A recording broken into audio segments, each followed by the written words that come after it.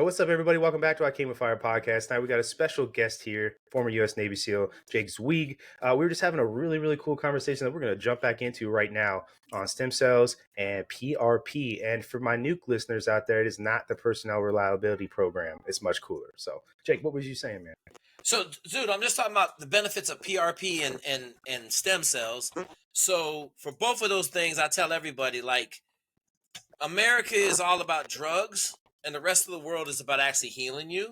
And I'm a prime, like, I got stem cells in both shoulders, kept my shoulders on attached to my body. I just got PRP in my elbow again. I got stem cells. I went to Mexico, got my back shot up. That was like, I mean, my vertebrae, I had to pay a lot of money. And I'm pissed because in America, I could just take a nurse anesthetist, but my dude in Virginia Beach won't do the backs. He won't do the backs. I'm like, bruh, come on.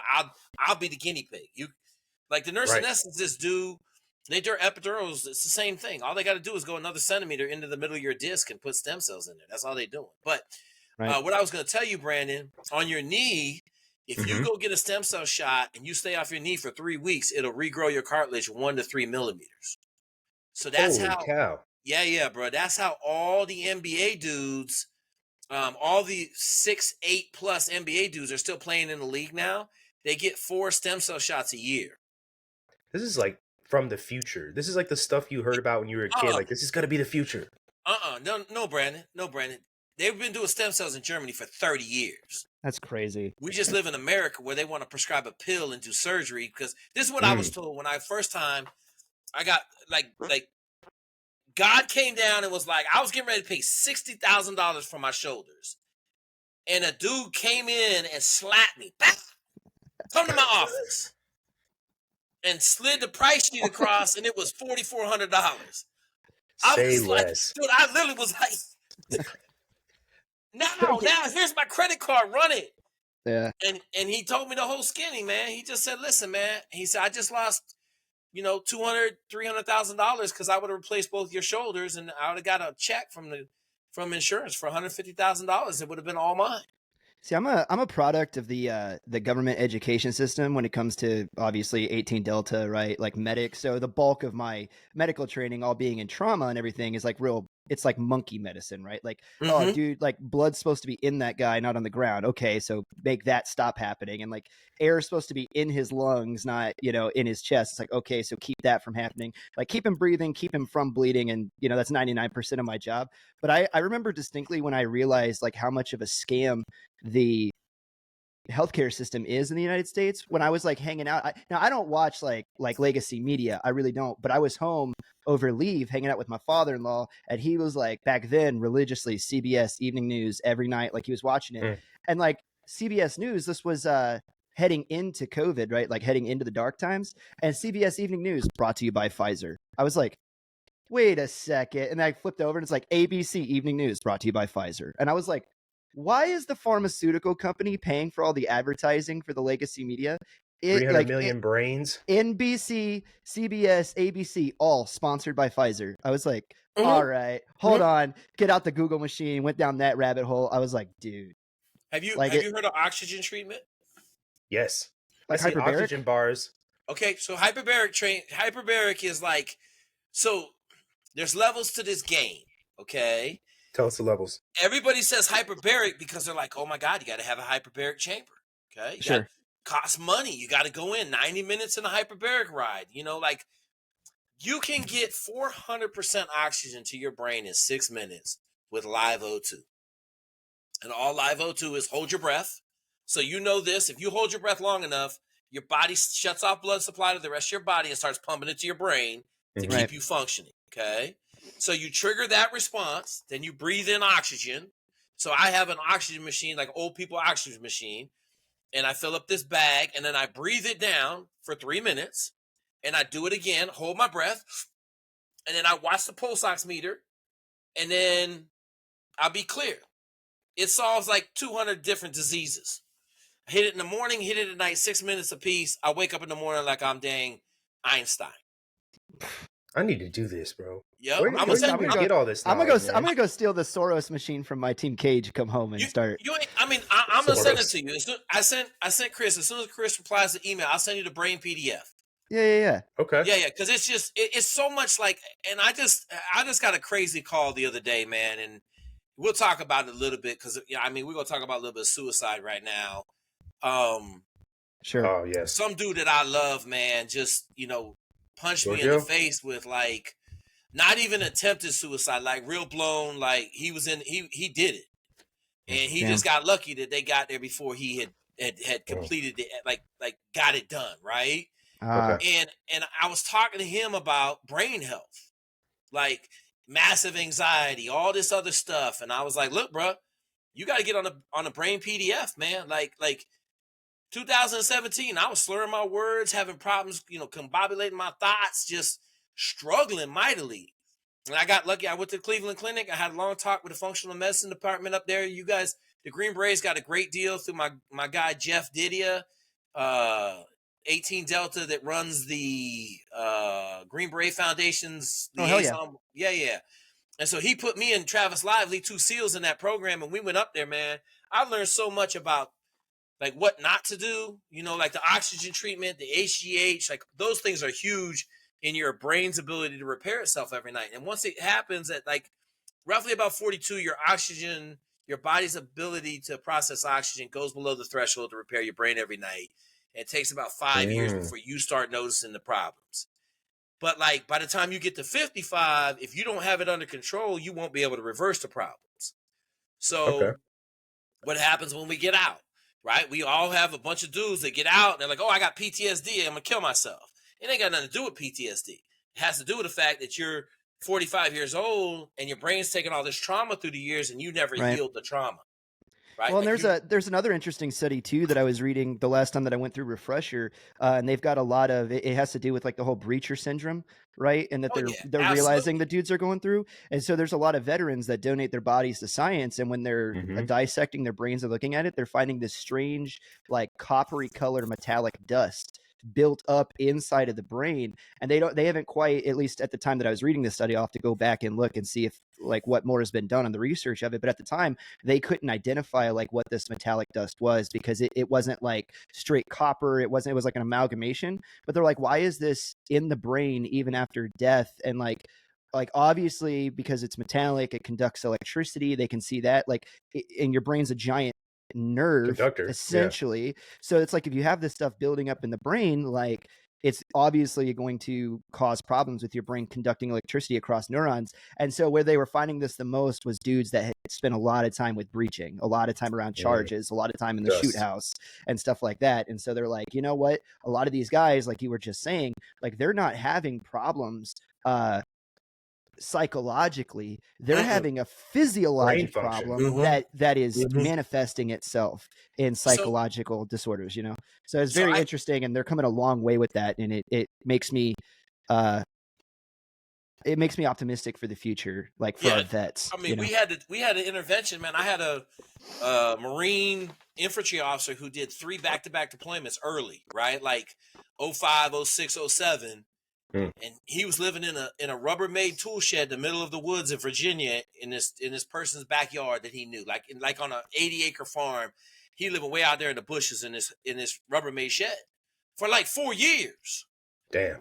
And I mean, we had a couple talks, man. I said, listen, bro, just get on this oxygen treatment, man. Just get on this oxygen treatment. That's all I need to lose. Yeah, like for real, let's get you out of this shed, And he ended up going to get his MBA, and now he's killing it again.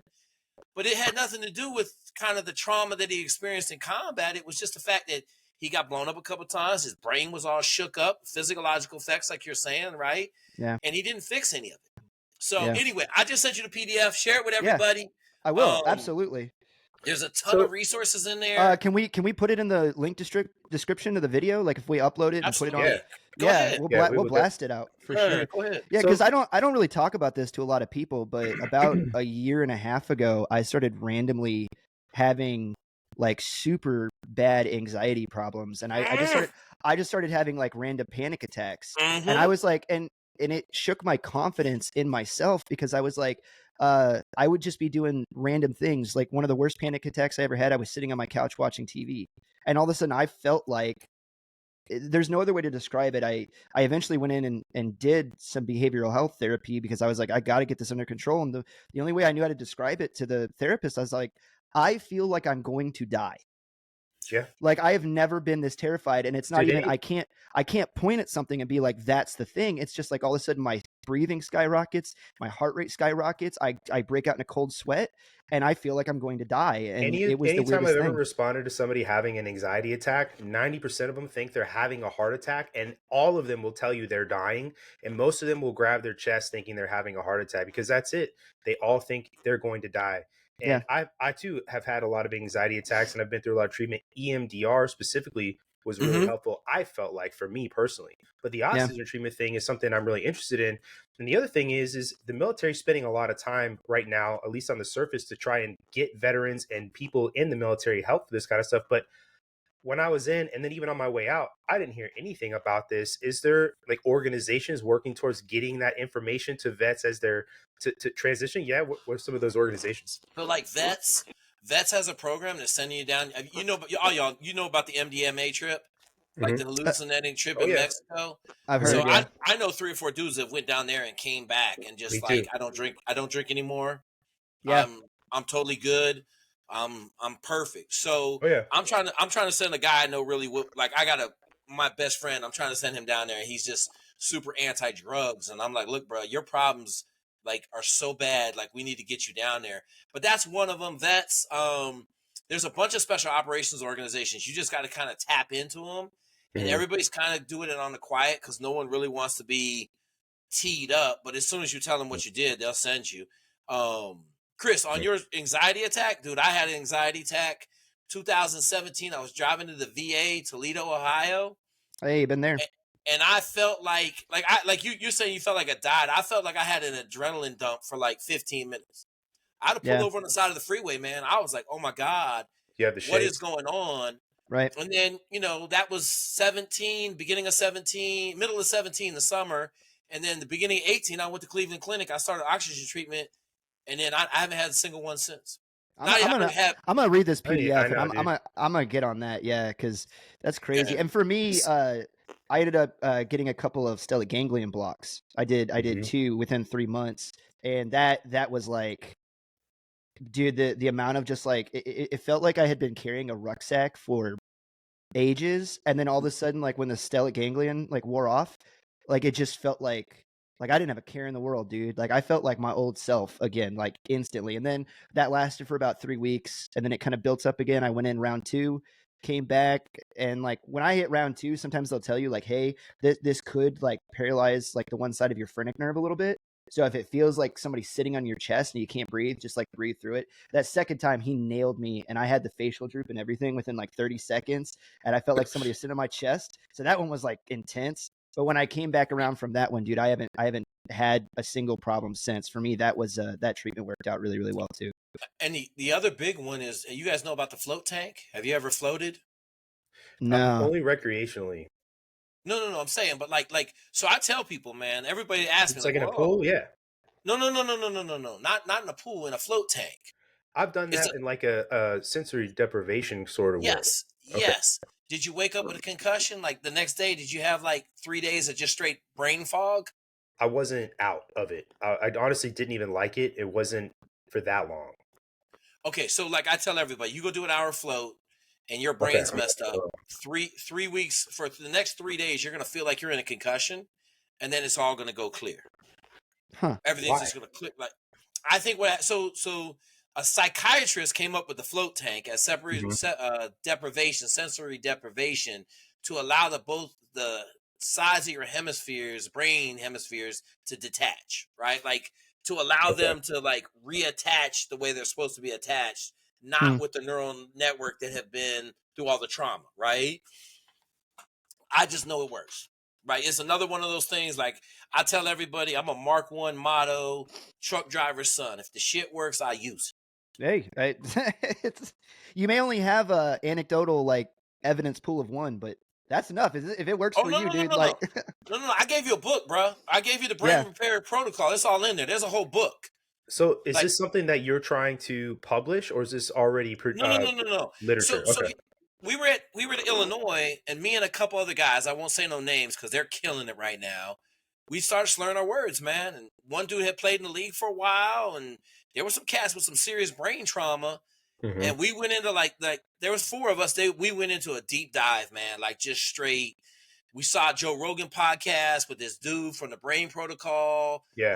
our concussion repair manual. We saw some other stuff. We went down the rabbit hole, and then we just started shooting bullets at everything that looked like it might work, like oxygen treatment.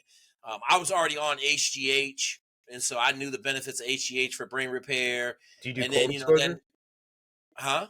Do you do cold exposure?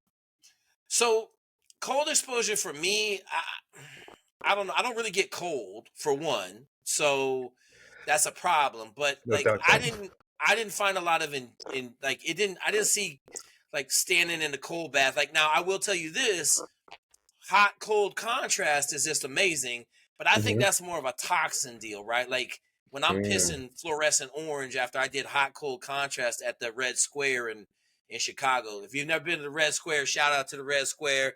Everybody got these negative connotations of a Russian bathhouse. Let me tell you, you go with 3 or 4 of your boys, you sit around in the sauna and the cold tub for like 6 hours, you come out, you're pissing fluorescent yellow, and you feel like $1,000,000. You sleep like you never slept before. That sounds epic. Where did your journey learning all this stuff start? Was it really from you getting out of the military? 2017, man. We all sitting there like I'm walking out of my house, not sure where I'm going. Dang. Like, damn. I'm getting to work, forgot everything I was supposed to have at work with me. Bro, because Got to drive back home. Some of the stuff that you're saying sounds like me. Like I have a hard time getting words out now that I knew 5 years ago I did not have an issue with at all, and it actually pisses me off because I'm like, I know this when it's fucking right on the word, and tip, people when it's right on the tip of your tongue, and you just Yes. it just like flies away. I Dude, hate that. and not to I like hate toot that my own. so much. I'm 30. I'm 37. And you got a lot of bang under you? I do, and I've told Yeah. people this. People have told me my whole life, "Hey, man, you have a great vocabulary. You have a great vocabulary." And now, and I'm not trying to toot my own horn, but I'm just saying that, like, now I'm like, where did that go? I am trying to explain words now instead of them just being recalled, and I get pissed off because I'll Google it. I'm like, that's the word. Mhm. How do I feel like an idiot right now?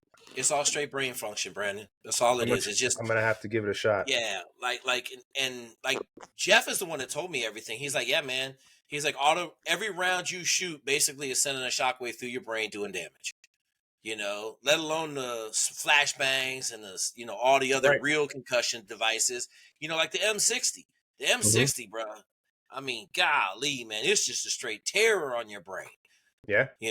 So anyway, but look, M2, dig into that, man. Share it, whatever. You guys gonna have questions? Shoot me questions. Absolutely. I'm looking at it right now, dude. Yeah, so bro. My question is, if we're talking about it, the application. I'm gonna forward this to you immediately, Brandon. Hell yeah, dude. Thank you. But application of this for military, like ex-military veterans, like, and it sounded like maybe the NFL guys are using it too, if that's what you were alluding to. But so, okay, go ahead. A lot of dudes, like the military dudes, they got that stigma, right? They're like, oh man, I'm fine, I'm good, right? That's why, I mean, that dog. Let's be honest. CTE is real. Yeah. Football is really bad for your brain. Yeah. And that's why all the NFL dudes are crippled at like 45. Antonio Brown. Yeah, like, I mean, dude, I saw an interview. I saw an interview with Brett Favre a couple of years ago, and I was like, I felt bad for him. It was hard to watch, and I'm just like, dude, you got your bell rung way too many times, man. But see, what I would say is, he got smacked a lot, dude. He got smacked a lot, and he didn't do anything for his brain health. He didn't. He didn't fix the problems. Because I'm gonna tell you right now, like if I get off my path, the other big one is red light. Red light is huge too. That's another big one that's in the PDF. But like red light, oxygen treatment, HGH, and I'm running at like I'll say probably mid-20s, brain power wise. I get off of it for 2 weeks. I go on vacation. I do some stuff, and I ain't got my oxygen with me. All that stuff. I come home. I'm like, get. You're like, oh my god. So you got to keep up with it. Is what you're saying here too. And the other thing too is like, yeah, you feel good, but you feel good as a result of your brain being healthier. So there's a long-term effect here too. Well, and your Well, brain controls like every other thing about you too, right? Exactly. So it's like your yeah. metabolism, your, like you putting on Right. fat, right? It's like, well, what's going on between your brain and your liver, man? Like all that Mhm. stuff, it's controlled in the brain, Insulin Yep. resistance. Yeah, So yeah. if you're gonna And take care of one thing, like let it be your noodle, That's dude. yeah, right. and the other big factor that you guys know about is heavy metals, right? Like you spend Mhm. Right. a week on the range, you come back, you got 600 times normal levels of lead in your body. You know Yeah. what I'm Yep. saying? We should all be shooting with our respirator on, but nobody does, Yeah. right? So you got to come. Why does FFSF have the sperm count problems and fertility problems and all this other stuff? Because got all the heavy metals in our body. I got 4 boys, and I am the only. Not only am I the only guy, I think one other dude on my team has a boy. I'm the only dude I know in Mhm, the entire community that's got all mhm. boys. Yeah, yeah. It's I am an funny. anomaly. In the SEALs, it's all girls, Yeah. and like I got 3 boys, but every one of my boys is made in the clinic. Dang. Right. Yeah. Well, and then Oh. on top of that too is like the amount of dudes that I know in the community that have children with special needs, whether they're autistic or Mm. my Heavy kids metals. all like speech delay and all kinds of stuff. Like they're good. They're just late talkers, but that is just running rampant through the community too. It's like, Hmm. why are we all having kids that are like are having Yep. issues of some kind when Hmm. we do have I got kids? Yeah, one. it's crazy. I was gonna say that, man, because I was my first part of my career. So I was Air Force Security Forces, Jake, but was the nuke security, and all of those guys we get exposed to all that radiation, and so it's always a joke. Just everybody's got girls. I had a girl when I was there, and I had a lot of friends who had kids who had special needs, and then head deformities too, which is a Hmm. really really common thing you see on like Malmstrom, F.E. Warren, Minot Air Force bases, like the big three with the nuke missile fields, right? So it is military guys get exposed to a lot of stuff, and yeah, it's nice to know that there's treatments out there. So Brandon, the first Gulf War, the snipers were using depleted uranium rounds. Yeah, they were. 50 cal depletes. How you think they fared? Yeah, Probably not no. good. Bro, Probably a lot of yeah, cancer. they came home with cancer. Yeah, well, that the Gulf War syndrome too. That was like a big thing right Hmm. back then, which I knew. Another Air Force veteran friend of mine from back in Wisconsin. He's in his 50s now, but like you could just see it, man. He's got like the eternal tremor in his Hmm. hands as Hmm. he's walking around, and it's just like and like I asked him about it one time as I was getting ready to enlist, and he's just like, "Yeah, the Gulf War sucked," and that's all he'd say about it. And I was like, "Oh, all right, well." Yeah, Should Yeah, have paid more man. attention. yeah. But one more thing I want to put an exclamation point on, Jake, that you brought up through your stories of like helping your buddies is like that's exactly what we need to do. Because the other part of it too is you get out, you start, I'm fine, like we all put on the armor and we're doing good. But then like you got to recognize the signs in your bros like immediately. They start withdrawing. Like pushing people out, they stop returning those text messages, they stop picking up the phone. It's like, hey, we need to insulate, right? Like we need to go get this guy and pull him in. Like that's what we do. Like we're 100% teamwork. No operator that I know was ever taught to be a one-man fire team. You Yeah, know what I yeah. mean? And so it's like we like that specifically. Like we need to preach on that and preach on that and preach on that, right? And like I mean, you always, gotta man, make pick hard. pick up the phone We and call a bro. absolutely, we make hard decisions, right? I got a dude in Washington State that I've known since I was 6 years old, and I think he's having a hard time. When I go back to Washington State this time, I'm going to see him, Yep. and I don't care if he don't answer the door. I'm gonna stand in front of his house until he answers the door. Like I've known him since I was 6, so. We all got them guys, and my thing is like I know what the problem is. Like now, I don't even shy away from it. It's straight brain health. That's what the problem is. You Yeah. ain't having anxiety and all this other stuff. It's not caused from what you saw, what you went through. It's caused because your brain took all this trauma. You ain't fixing. So And it the kid is compounds. It's out there, man. interesting. Share it, bro. Share it. Absolutely, Yeah, 100%, well, Chris. we're I gonna just want to blast it, say dude. real fast too that it's interesting to hear you talk about it from a physiological standpoint because so many people talk about the trauma, like you mentioned, from a psychological standpoint and going to get help. And I don't ever really hear that solution, the physiological solution. So is this something that like, because this would fix trauma? Like if you're somebody who maybe you were like a rape victim or you went through something else in your personal life, right? Not just military members, this application exists in the civilian world. And it's one of those things that's just kind of finally made its way over to the military side. It's straight Chinese.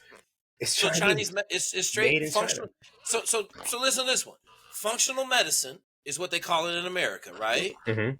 First question I asked at the Cleveland Clinic, hey man, what is functional medicine? Don't worry about it. Chinese been doing it for like 600 years. You're like, oh. They're like, yeah, we just we're in America, we want to use drugs. For China has profit. That and is I say such a Profit Western medical thing. system.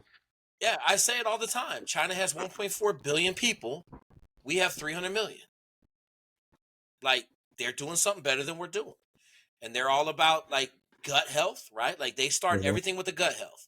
Gut health is the tree trunk of your body, and then after that, everything comes off of it. That's the Second brain. Cleveland Clinic. Yeah, that's the Cleveland Clinic definition, right? Like, Yeah. gut health determines everything else around you. So Yeah. No, they definitely have a different approach to health for sure. And we've had David Zhang on. Have you heard of David Zhang before?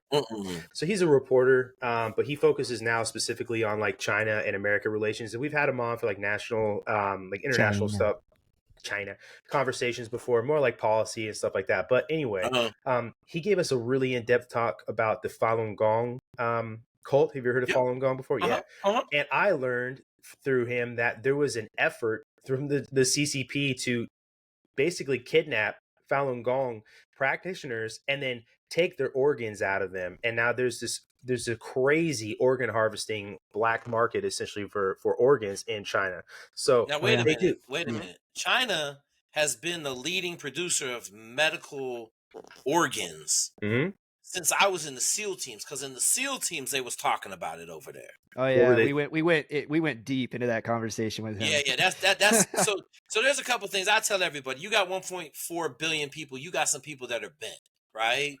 And they like, do it. If you don't think they bent, just Google some baby soup, and you check it out. They do it with, everybody. I mean, it's been a topic the past couple of years, but like the Uyghurs in China, that's a group that they've done this to as well. And then David, his dad was a Falun Gong practitioner. It's actually one of the reasons why they left China for the United States, because they were rounding up Falun Gong members and taking their organs because of their health and how good and how healthy they were, which is wild. Yeah. So you were give us like background. This is a really good conversation, by the way. I love this. Yeah, like I learned straight so much. To the deep end, dude. Dude, no kidding, man. I love that. Where did you decide to join the Navy, and why did you decide to join the Navy? So I grew up right there. Where you at, Brandon? Where you at right now? Near Sacramento. Okay, so I grew up in Fort Lewis. So I told Chris to go on a little field trip and check out where my stomping grounds were at all over, right? But I grew up on South Fort Lewis in the Ranger Training Center. All of my friends' dads were E9s. Like, we had a regimental sergeant major, we had a couple battalion sergeant majors. So I grew up, but the big thing I tell people was the A team, man. The A team was rolling in the early 80s. But I was on post. My mom worked on the Air Force Base as a government clerk, and so I grew up in the military, even though no one in my family. My grandfather served in World War II, but he was in Port Angeles, Washington, in a artillery anti-aircraft thing. And he wasn't doing that. He was in Port Angeles, but that's the only person. But I had a couple uncles on my grandmother's sister's side. They all went in the Navy. They all were in the Navy, like Vietnam. But it just really, I grew up in Fort Lewis, man. Like, I grew up, and I tell people, when we played war with real camo paint, smoke grenades. Like, we were getting it, and we ran. I tell the story. 3rd grade summer was epic. No. 4th grade summer, 5th grade summer was epic. Like, we trapped a Ranger. We were building booby traps all the time, man. We were big on booby traps, and so that's awesome. The ROTC people trained down there on South Fort Lewis, man. We built a big ass manhole, man. Like, we dug all weekend. We dug, man. Like, 3 of us with shovels, were just digging, and we made it. I got designed and stuff. We made it like a V, and some ROTC dude got trapped in there for like 12 hours. That's and then awesome. we ran an M1 Abram off the road into the swamp, and it sunk. Yeah, like it sunk. Like we y'all ran. Really were the A team, man. Long story short, we started a forest fire. Okay, we started a massive forest fire with blank 60 ammo, all the powder from blank 60. We thought it was gonna do something special. It didn't do nothing. It just started a forest fire. Yeah. We didn't. Bad Boy Scouts. We knew we should have poured some water on it, but we're like, well, it ain't doing nothing. And we just left, and then it burned half of South Fort Lewis down. Dang. So But that Did anybody resulted find in that the it was worst. you? Uh, They do now. so there was a warning order issued to South Fort Lewis and the Little Rascals. A military warning order. Got you. And you know, Regimental Sergeant Major Mr. Harris brought that shit home. And I was sitting at the dinner table when the phone rang. And anytime my Caucasian dad turned red like this right here, there was a problem. Yeah. And he answered the phone somehow, and he was like, "Oh, we'll be right up." And I said, and he turned bright red. I said, "What's "I'm up, dead." Dad?" Yeah. I don't know what happened. He said, no. y'all been up there torturing soldiers? I said, oh God.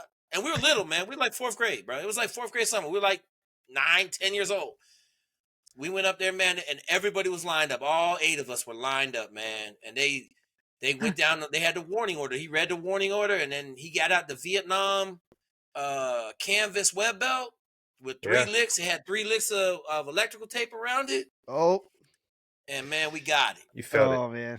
Yeah, we got it. But like, I wanted to go in the military from day one because I thought, like, you know, like when you live in Steilacoom, you hear the 60s. Back in the day, the 60s, the fire and movement course was down on the south side. You hear them 60s chirping all week, man. Or you see the 60s fly overhead or the C-130s going to McCord. We ride in the flight path, man. I'm like, yo, someday I'll be riding on those bad boys, you know. And then you watch an A-team, you like, shit, I'm getting to get this. Right. So I tell everybody, like, I got Ranger tab.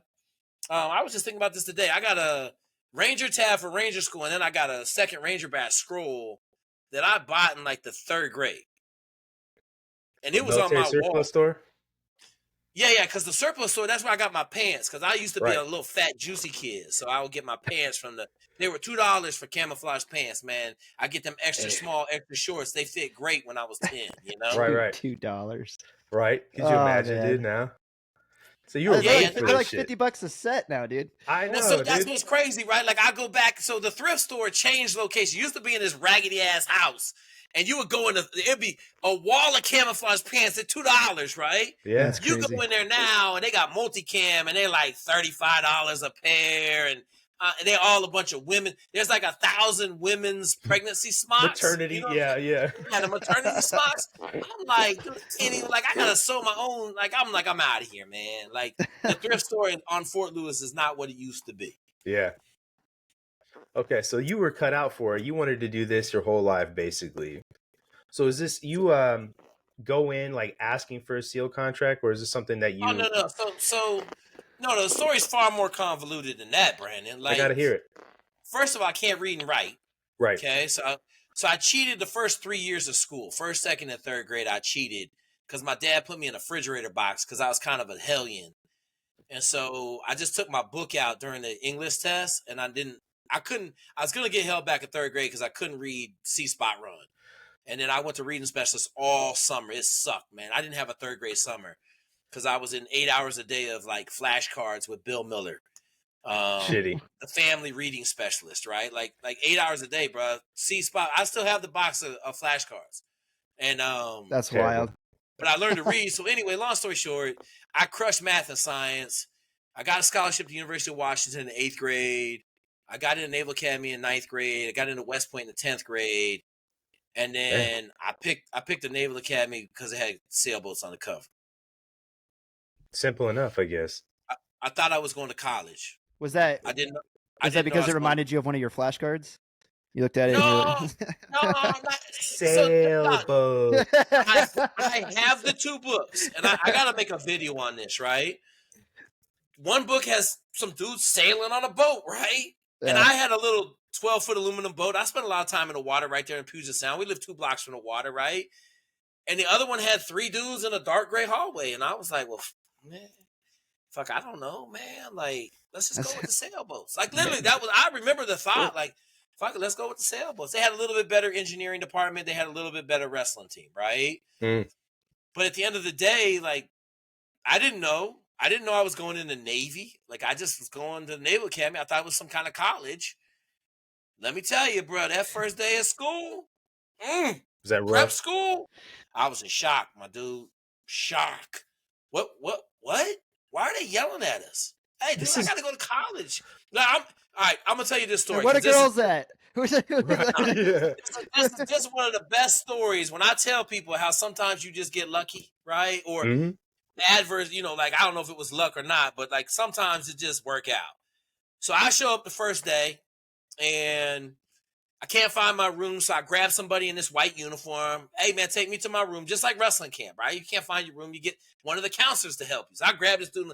He kind of shook, right? Because I grabbed him. Hey man, take me to my room.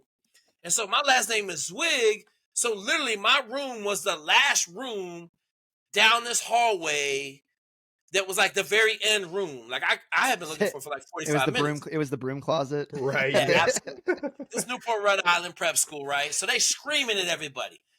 I had just flown from Seattle, Washington, 18-hour flight, Seattle, Chicago, Detroit, Rhode Island. Like, back in the day, there wasn't no direct flights East Coast. Like you was planes, trains, and automobiles. And so I slept on a wrestling mat the night before with the football team. I got up, I'm checking in. I'm tired, man. I'm saying I'm gonna take a nap. So I take out my clothes, I get into bed, just like wrestling camp. I ain't got no schedule. I don't know what I'm doing. I'm gonna take a nap. Dude kicked my door in. Oh, shit. So I'm like, hey, bro, what the fuck you doing in my room? Get the fuck out of here, right? And you know who I'm talking to. I'm talking to some little pencil nerd ass kid that got a lot of money, and all of a sudden he came in my room. I'm like, man, get the fuck out of here. He's like, oh, so he left. So then I lay back down. No sooner than I lay back down, 7 dudes roll in my room, bro. Oh, now shit. I'm on the war. It's an I'm on extraction. the war. Yeah. Well, I'm on the war path now. Right. So I jump out of bed in my underwear. Like, look, man, I'm gonna fucking knock y'all out. Like, I don't know who the fuck you fucking with, but get the fuck out of my room, dog. All 7 of them. They scurry out of the room, right? So I'm like, man, what the fuck is going on, man? What kind of place is this, man? I hear all the yelling in the hallway, and I'm like, look, I gotta lay down. I'm fucking tired, right? It's probably, I don't know, 10:30 in the morning. Okay, so I get ready to get back in the bed, man. There's a knock at the door. So I'm like, man, knock, knock, knock, knock. I'm like, yes, can I come in? Sure, come in. The ice cream man comes in my room. Okay. Now you're probably thinking to yourself, what is the ice cream man doing there? Because that's exactly what I was thinking. Oh yeah, Right, I'm assuming right. this is some kind of Navy joke. I'm way too Army to understand right now. Yeah, I'm waiting for it. So the ice cream man comes in. No bullshit. I'm sitting there on my bed in my underwear. He sits right across from me, 3 feet away, because there ain't but 3 feet between the two twin beds, right? Right. He said, hey, what's going on, man? I said, listen, I'm going to be honest with you, man. I'm tired. I flew out here from Seattle, Washington yesterday. I just need to take a nap, man. That's all. I'm just trying to take a nap. These motherfuckers keep running in my fucking room. I said, I'm getting ready to beat some ass.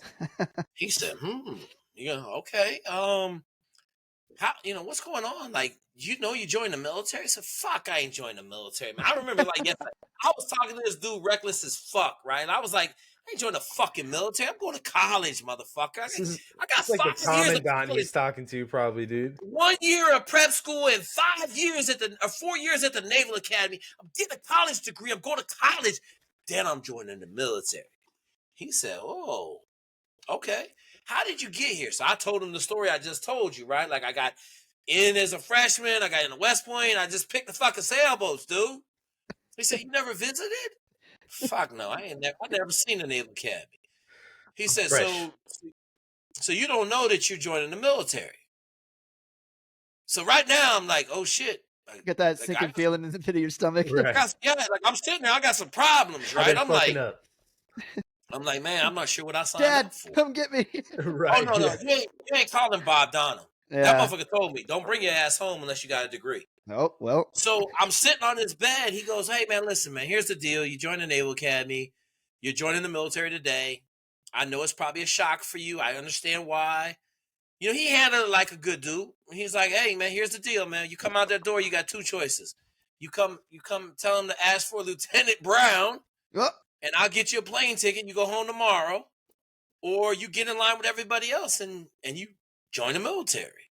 He said, I'll put a note on your door. If you want to take a nap, you go ahead. He said, you probably need to think about this. It's a pretty big decision.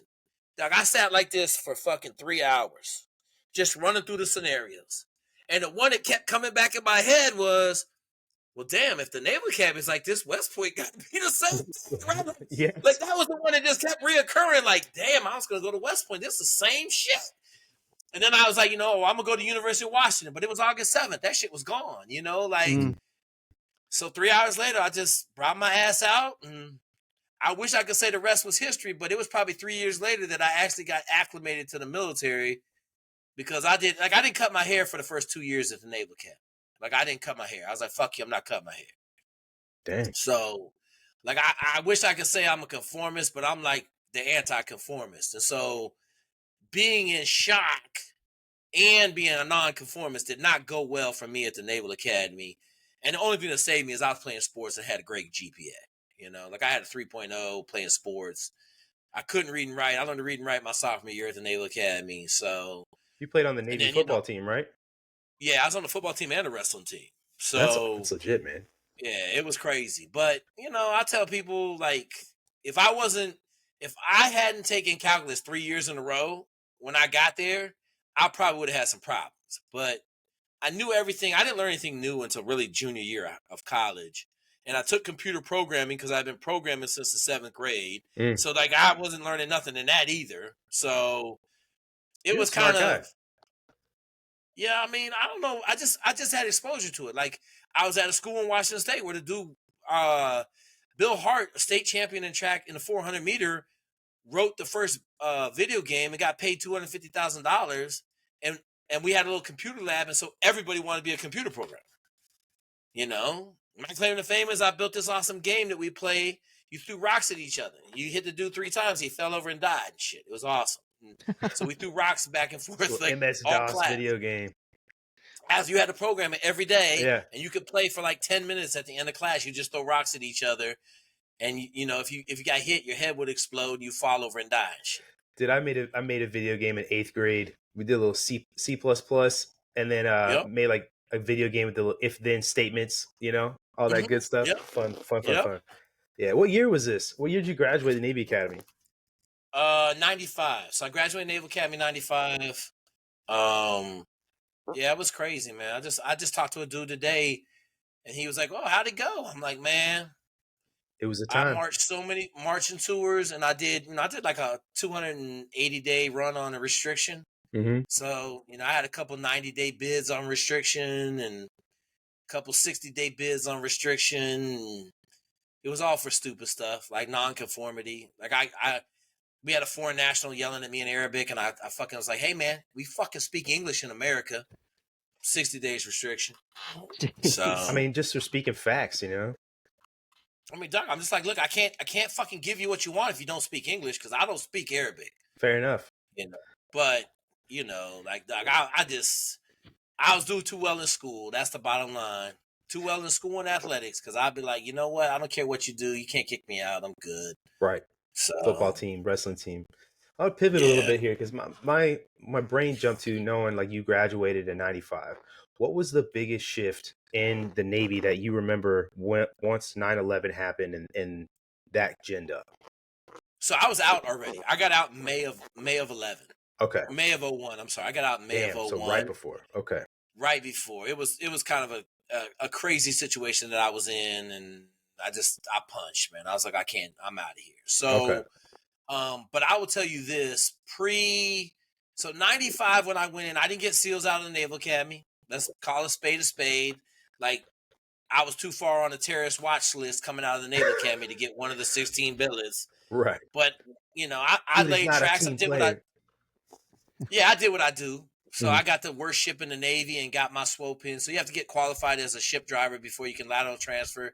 I did that shit in 4 months. It normally takes 18 to 24 months to get. So I shoved it down their ass backwards. And then I had a predisposition with the person making the choices, and my package hit their desk that first year and I was gone. So I got picked up early. I had to do another year on the ship. Was that because you like earned your way out, or they were like, screw this guy, just get him out of here. I don't want him here anymore. You talking about the Naval Academy? No, you said on the ship? Yeah, on the ship. Oh, no. I was murdering the ship, bro. Like, I went to the ship, head down, Mark 1 motto, best dude in the world. Like, I worked 120-hour weeks. Like that. My day off was Sunday. I went to work at noon and I got off at midnight. That was my day off. I work any other day. I went to work at 4 a.m. and I went to sleep at 12. And I got all my stuff. Like, I got everything done. Like, it's funny because I got to interview one of my dudes that was on the ship, my operations officer, and he's in my fraternity. He's like, so he's in Annapolis now, telling all the Omegas at the Naval Academy, like, yeah, Jake bullied his way through the ship. And I'm like, I bullied my way, but I did, right? Like, so this is one of the things, like, you guys got qualifications, right? Like, give me a qualification that normally takes like 2 months to get. Give me one qualification you guys got that takes like 2 months to get. Like military qualification? Yeah, like any qualification you got, like standing the gate guard by yourself. How long does that take? Oh shit, man, I don't know. Jesus, I mean that could take you. That's normally 2 months, but I was gonna say something like, I don't know, fucking breacher training. Okay, breacher training. All right. So officer of the deck is the first qualification you got to get. Officer of the deck in port. That means like you're in charge of the little entryway on the ship, and somebody got a gun. Right. Permission to go ashore, permission to go aboard. Yeah, absolutely. So to get that watch, you have to stand every watch. Okay, so there's 4-hour blocks. There's 6 of them. You got to stand all of them. So I showed up on the ship at like 8 a.m., checked in. They're like, hey, you don't have nothing to do. You can go home. I'm like, all right, great. I had my PQS, which is the little book that has all the signatures. I'm like, all right, let's go bang this out. I went down there, like, hey, what are you doing here? Who are you? I'm like, I'm the new ensign checking on board. I'm standing this 12 to 8, 4 watch. I stood to 12 to 4, 4 to 12, 4 to 8, 8 to 12, 12 to 4. I got a little tired. Went to my little stateroom. I laid down. I got up and stood to 12 to 8. The 8 to 12.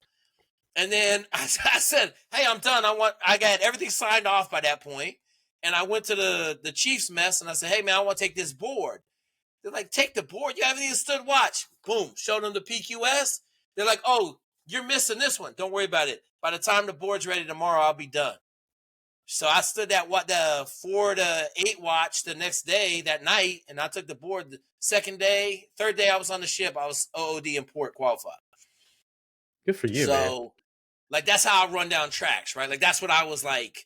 And then I just kept my head quiet. I didn't mention to nobody I wanted to go SEALs. I just told them I want to be the best surface warfare officer in the history of mankind. And oh, yeah. I played the game a little Hell bit. Yeah, brother. I know. Yeah. But it was a great job, man. John Paul Jones, I tell everybody. Never heard of her. I learned so much on that ship, man. We were in the Red Sea. Supposedly got a missile shot at us. That was one of the funniest things I ever seen in my life, man. Why? Like, because it was just so, like, if you're on an oiler, right? It took us 10 minutes to turn around. Okay, like, we're not on we ain't got no guns. Our Sea Whiz got ripped off on the first day underway by a big wave. They didn't replace it. We had to weld a big ass plate over the hole in the front of the ship.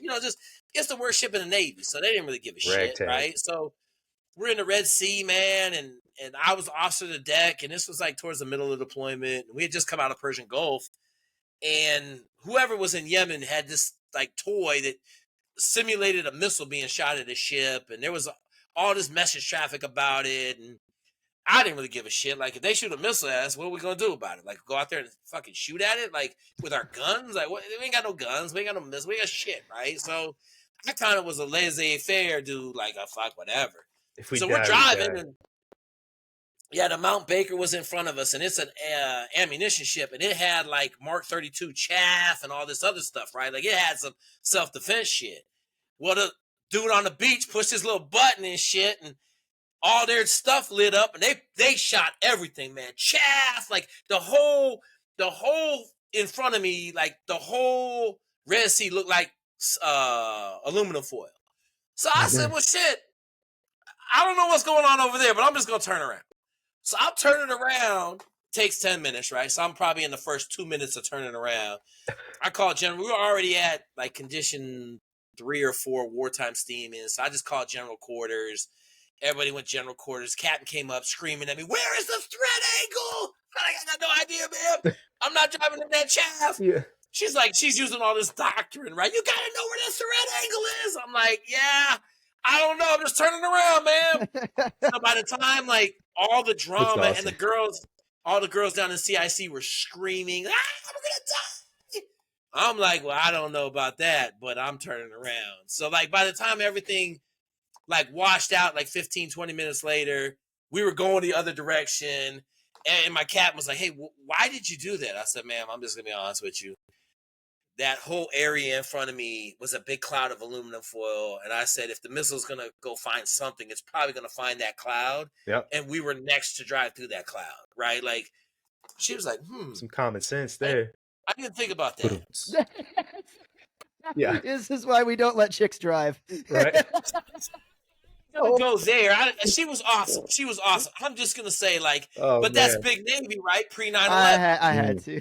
You had a bunch of fucking people right in positions that had never seen anything, and they made Right. decisions based on that, right? Like they made decisions based on what doctrine taught them, instead of being like, oh, there's someone shooting a missile at that big cloud of aluminum foil. Well, maybe we shouldn't drive through the big cloud of aluminum foil, you know? Right. Like, and then 9/11 happened, and obviously, like, I got a bunch of dudes, you know, the first couple of years, like, so I'll tell you this. So I got a call, and a lot of people busting my balls with the Ranger talking about this, but this is the fact. So I left the platoon. I got fired as an assistant platoon commander by probably the shittiest officer in the world who'd been fired 3 times and got his trident pulled when he got back from deployment. Yeah, so this is when you're in the SEALs now.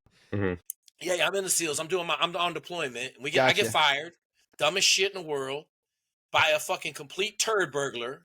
And so I'm just like, I had told him, because I had some minor racial shit going on. I'm gonna say minor, but I had nothing to do with it. A dude on the West Coast filed this huge racial grievance, white kid from fucking Georgia, and officer got beat up over the shit, but he put me on everything he filed. Okay, so anyway, I got drug into that shit. They fucking were dragging me through the fucking mud on the East Coast, and I didn't handle it right. I didn't have no mentorship. That's my big stick. I didn't have any mentorship, right? So, like, when bad shit happened, I didn't have anybody to try to ask and help my brain process what was going on. So, anyway, I had told them, like, look, if you let this fucking loser fire me, because I went to the CO and XO, say, hey, man, listen, this dude's lying. He's fucking throwing me under the bus. He's lying about everything. Like, everybody knows he's lying. Like, dude, he lied about everything. He was just a bad officer, okay? So I told him, I said, if I get fired, I'm burning this fucking house down. Like, I'm filing a grievance. I know now, filing a grievance in special forces is like the dumbest thing you can do. Because there's not, like, we tell everybody, there hasn't ever been a successful investigation in SEAL teams. No, 100%. Like, in this Not community, dude, it's like, if it really comes down to it, it's just like, all right, man, hey, I'm letting the team sergeant know, or in your case, like, I'm letting the next level higher officer know. And me and this dude, we're gonna go up back behind the building, and we're gonna take care of it. And it's like it's better to do it that way. Like, and see, that's just the way you do it. I should have shit stomped him the first time he called me a liar. Right. I should have beat his ass in the ground. All I did was choke him a little bit, right? Like, I didn't use enough violence. But so anyway, long story short, I get out. I took like 6 months of leave because my girl was the leave officer. She was the person in charge of leave, so I had like a perpetual leave chit. It's not what you know. So it's who you know. Every 3 weeks, I just call her and be like, "Yeah, I'm still doing good." She's like, "All right, cool. I'm gonna file the next leave chit." And so I ended up taking like 6 months of leave, like from early February to the end of May. I was on leave, which was awesome. But then May, obviously I got out. I went to business school. I spent the summer just as a complete vagrant, driving around the United States, seeing a bunch of people.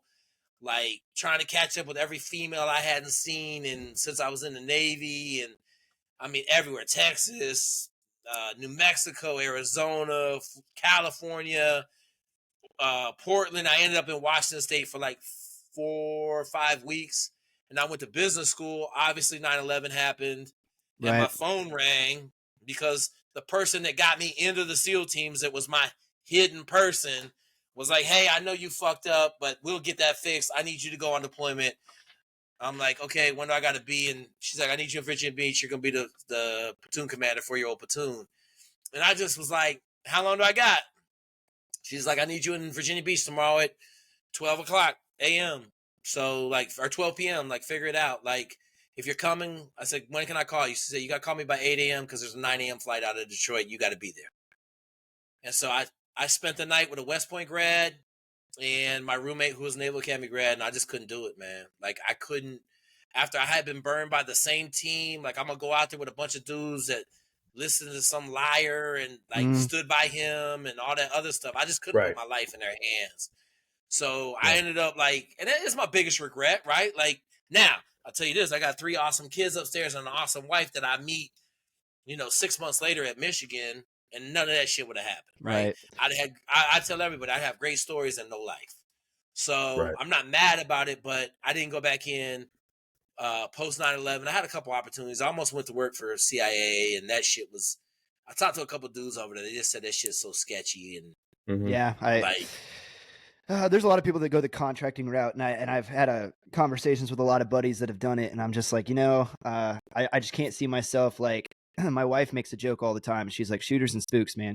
She's like, shooters don't make good spooks, and like the other way around. And she goes, I would rather have the people that know what it is to work on a team than to work with spooks. And I'm like, she's right about that.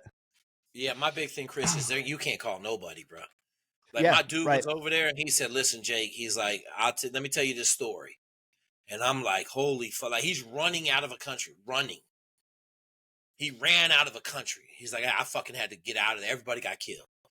He went in to go get some. Like, yeah, dude. He's like, I fucking ran home.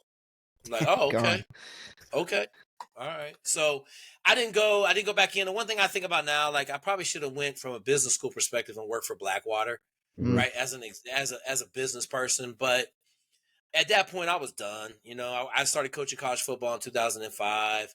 I mentored, like I brought Omega Psi Phi back to the yard. So 81, we had a line at the Naval Academy, 80, 81, and then they were gone for a bunch of time. So in 03, I was out of work. I didn't have nothing to do after business school. So I spent 3 months at Naval Academy making the first line of Omegas, which was awesome because I got to kind of put a bunch of really good stuff in place. So, but you asked me about post 9/11, like the biggest thing that I saw, like fucking losers and jackasses got fired immediately. Yeah. Right? Like dudes that had no business being in the SEAL teams got fired immediately. Like not like, like my dude, my platoon commander. So I tell this story because you guys know. Okay, so your line of march, right? Your line of file. I got 16 dudes. I'm in the back half, right? I'm in the second fire team, whatever, platoon. And we turn left.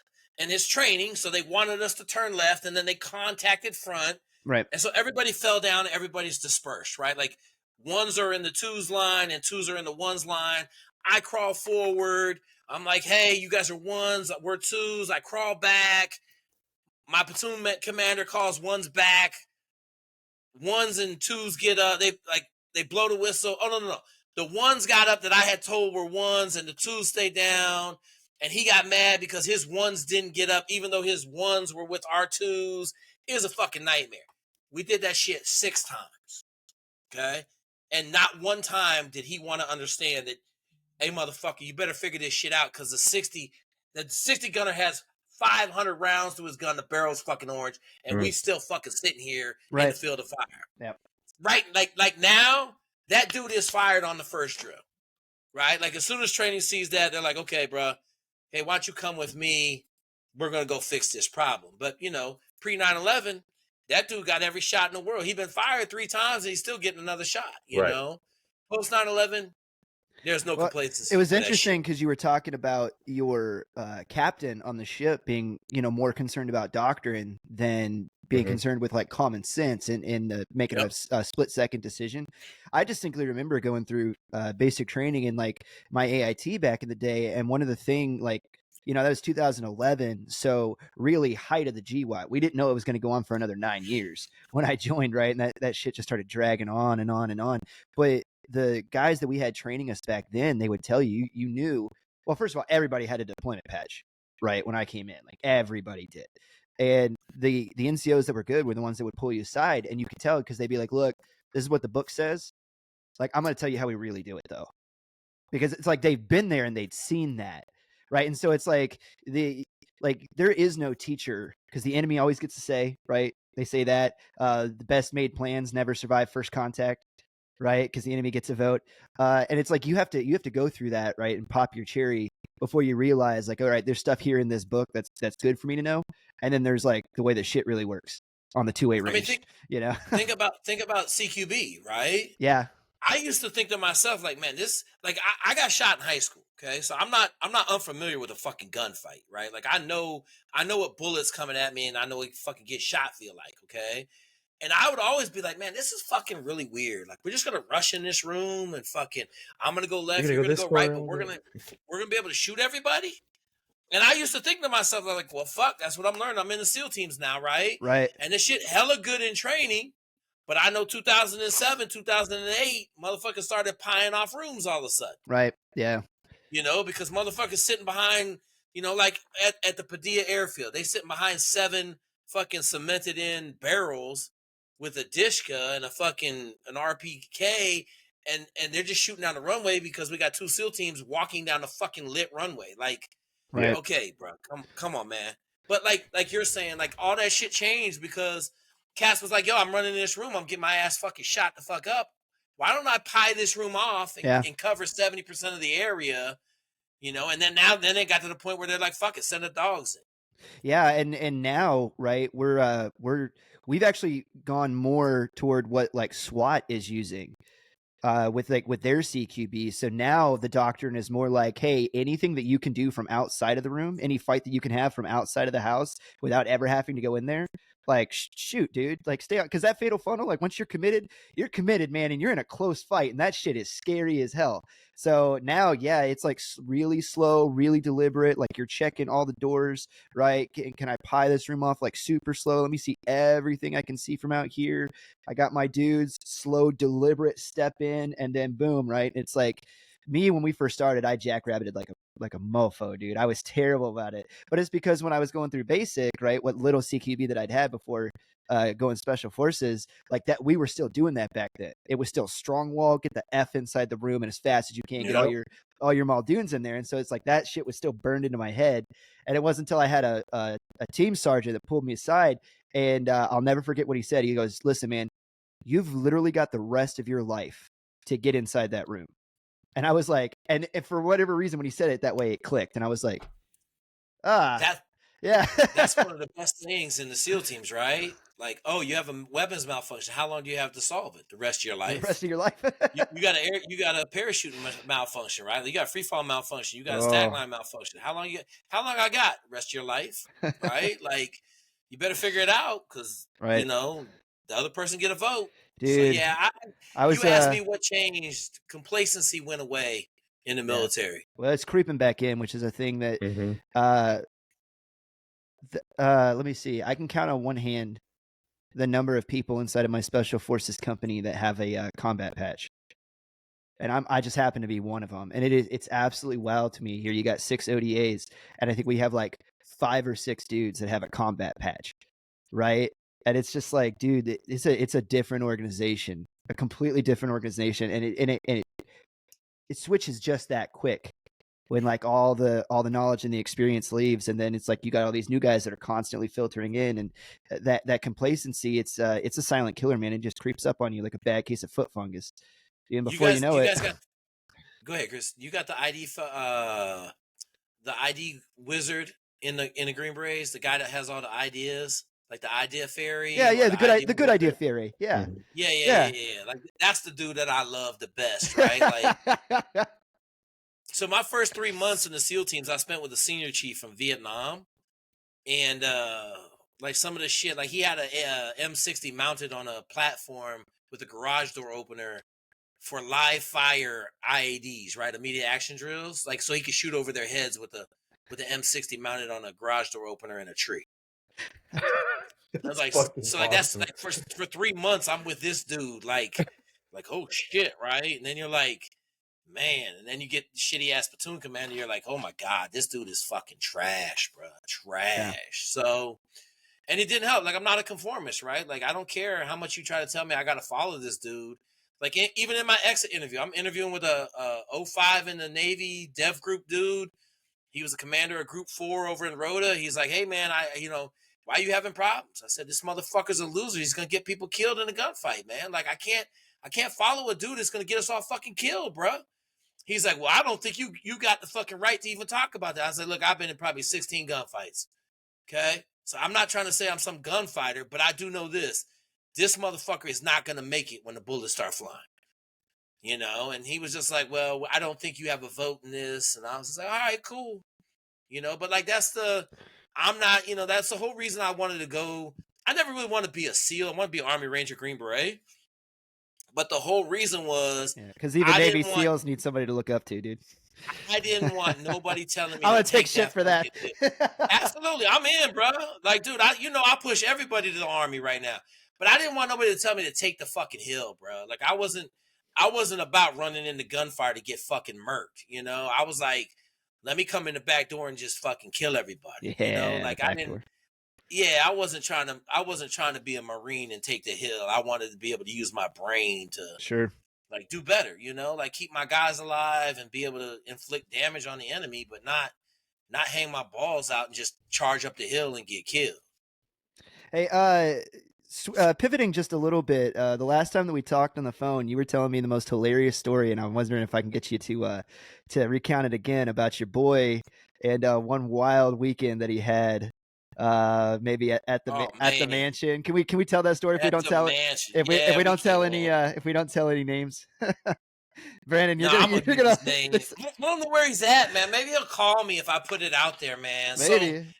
So we're in the woods, right? We're in the woods. We're doing land warfare out at Pickett, living in some Quonset hut from World War II. You know, it's Spartan living, but it was good times. Like, you know, 12-hour training days.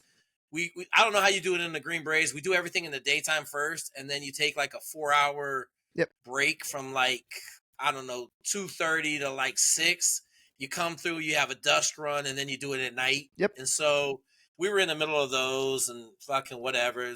I was studying for the GMAT for business school, and so I started hearing these grumblings from the enlisted dudes, right? Like they'd be like, "Oh man," like it had something was going on. You could just tell the energy was different. So the next day they came to me like, hey man, listen, like so-and-so got an invite to the midnight summer's eve party. Williams. His name is Williams, right? I'm like, the what? They're like, yo, the Playboy Mansion, like the midnight summer eve's 4th of July party. Damn. I'm like, oh shit, he gotta go to this, right? Like I'm like, what's the problem? And they're like, yo, Chief said, fuck that, he can't go. So our chief was a dev group dude, Coco. He's fucking awesome. He's laid back and he loves it as much as anybody else, but he just, cause it's kind of like, nah, you can't go, man. Like, we're training, whatever. So they came to me because I'm like, you know, like I'm fucking like, yo, bro. Dad said no, so Mom. Yeah. But then the platoon commander was like vehement. No, you're not going. And so I had to take the dude for a walk. I said, hey man, listen, man. How many times have you heard of anybody going to this midnight summer eve's party? And, you know, he was kind of like, well, fuck, like he's going to be gone for 3 days. And I'm like, look, man, I don't care. Like, let's make him tell us stories for the next 6 months. Like, we can live on this weekend for 6 months. So I got him to like agree. Yeah. Morale's important, man. Morale of a unit is hella important. And this dude just ain't some random dude. Right. All right. So I was telling Chris this shit. Because at this point, it's not like he's going. It's like, dude, he's doing this for all of us. Yeah, right. Yeah, exactly. Okay. And that's a lot of weight to carry on your shoulders to an event like that, dude, because you got to perform. So this dude, his dad was an oil dude from Texas. He went to Texas A&M. He was part of the, they have an enlisted cadre. So they all go to Texas A&M, get their college degree, and they enlist in the SEAL teams. They have like an enlisted SEAL platoon at Texas A&M in the regiment. Is it regiment? Cadet Corps. Cadet Corps. Yeah. At Texas A&M. Yeah. So anyway, I tell the story, like one of his funniest stories ever, man. They bought a chimpanzee, okay? So they had fuck you money. They bought a chimpanzee. They had this chimpanzee, man. He said it was the coolest shit in the world, man, when it was little. Like they had trained it to get beers. And so like they'd have a party and they'd be like, hey, and then motherfucker chimp would run over to the refrigerator. He'd get a beer. He'd open it. He'd hand it to you and shit. And they were pissed though because they couldn't teach him how to get 2 beers. So they were always pissed because they had to keep sending him back to the fridge. And he would go get the beer, bring it back, right? So he's like, yeah, man, that motherfucker got to 9 months, started hitting puberty, and he started fucking beating people up, right? Like they were like, oh fuck, so they had to keep him in a cage. Yeah. But they were feeding him like just people food. So he said, man, that we would feed him oatmeal in the morning, and he would put the oatmeal in his hair, and he'd make an oatmeal mohawk, and then he would fucking shake the cage. And they were like, "Oh my God!" They said, "Man, one day that dude was like fixing to break out of the cage. They had to put him down." Oh man. So like, dude already got crazy ass stories, right? Like he had chimpanzee in college. I don't know about y'all. I didn't see no chimpanzees in college. Mm-mm. Like I had a Slurpee machine in Michigan. That was about as close as I got to a chimpanzee. Not quite the same. Yeah. So anyway, so we, it's Friday. He got to catch a plane. We driving to Richmond. He get on a plane. He gone. We don't think that we train all weekend. And we come back. He comes back, and he showed up at like Monday morning, man. And he looked like, he looked so fucking bad, bro. And so I was like, oh shit. And so he was like, we were both first time platoon dudes. So he came to me and said, "Hey man, Jake, listen." He's like, "Whatever you do, don't drug test me." So I'm like, all right, I need to hear some noise. Honest, dog. He said, "Listen, man, they had bowls of cocaine, Jake." I said, "Cocaine?" I said, "Okay, that's out your system in like, 48 hours." Right. I said, "Okay." He said, "Man, they had bowls of ecstasy." I said, "Okay." I said, "What else they have?" He said, "Acid, man. They had acid." Everything. I'm like, "Bro, acid." He's like, "Look, man, you go in the bathroom. They had this special bathroom. It just had a line of drugs, man. The whole countertop was drugs. It was a bowl of cocaine." He kept saying, "It's a bowl of cocaine, Jake. You just stick your whole face in it, man." I'm like, "Oh my God." Just Tony Montana, dude. Just So like literally, that's how the story starts off. Like he's back 5 minutes. He's like, "Look."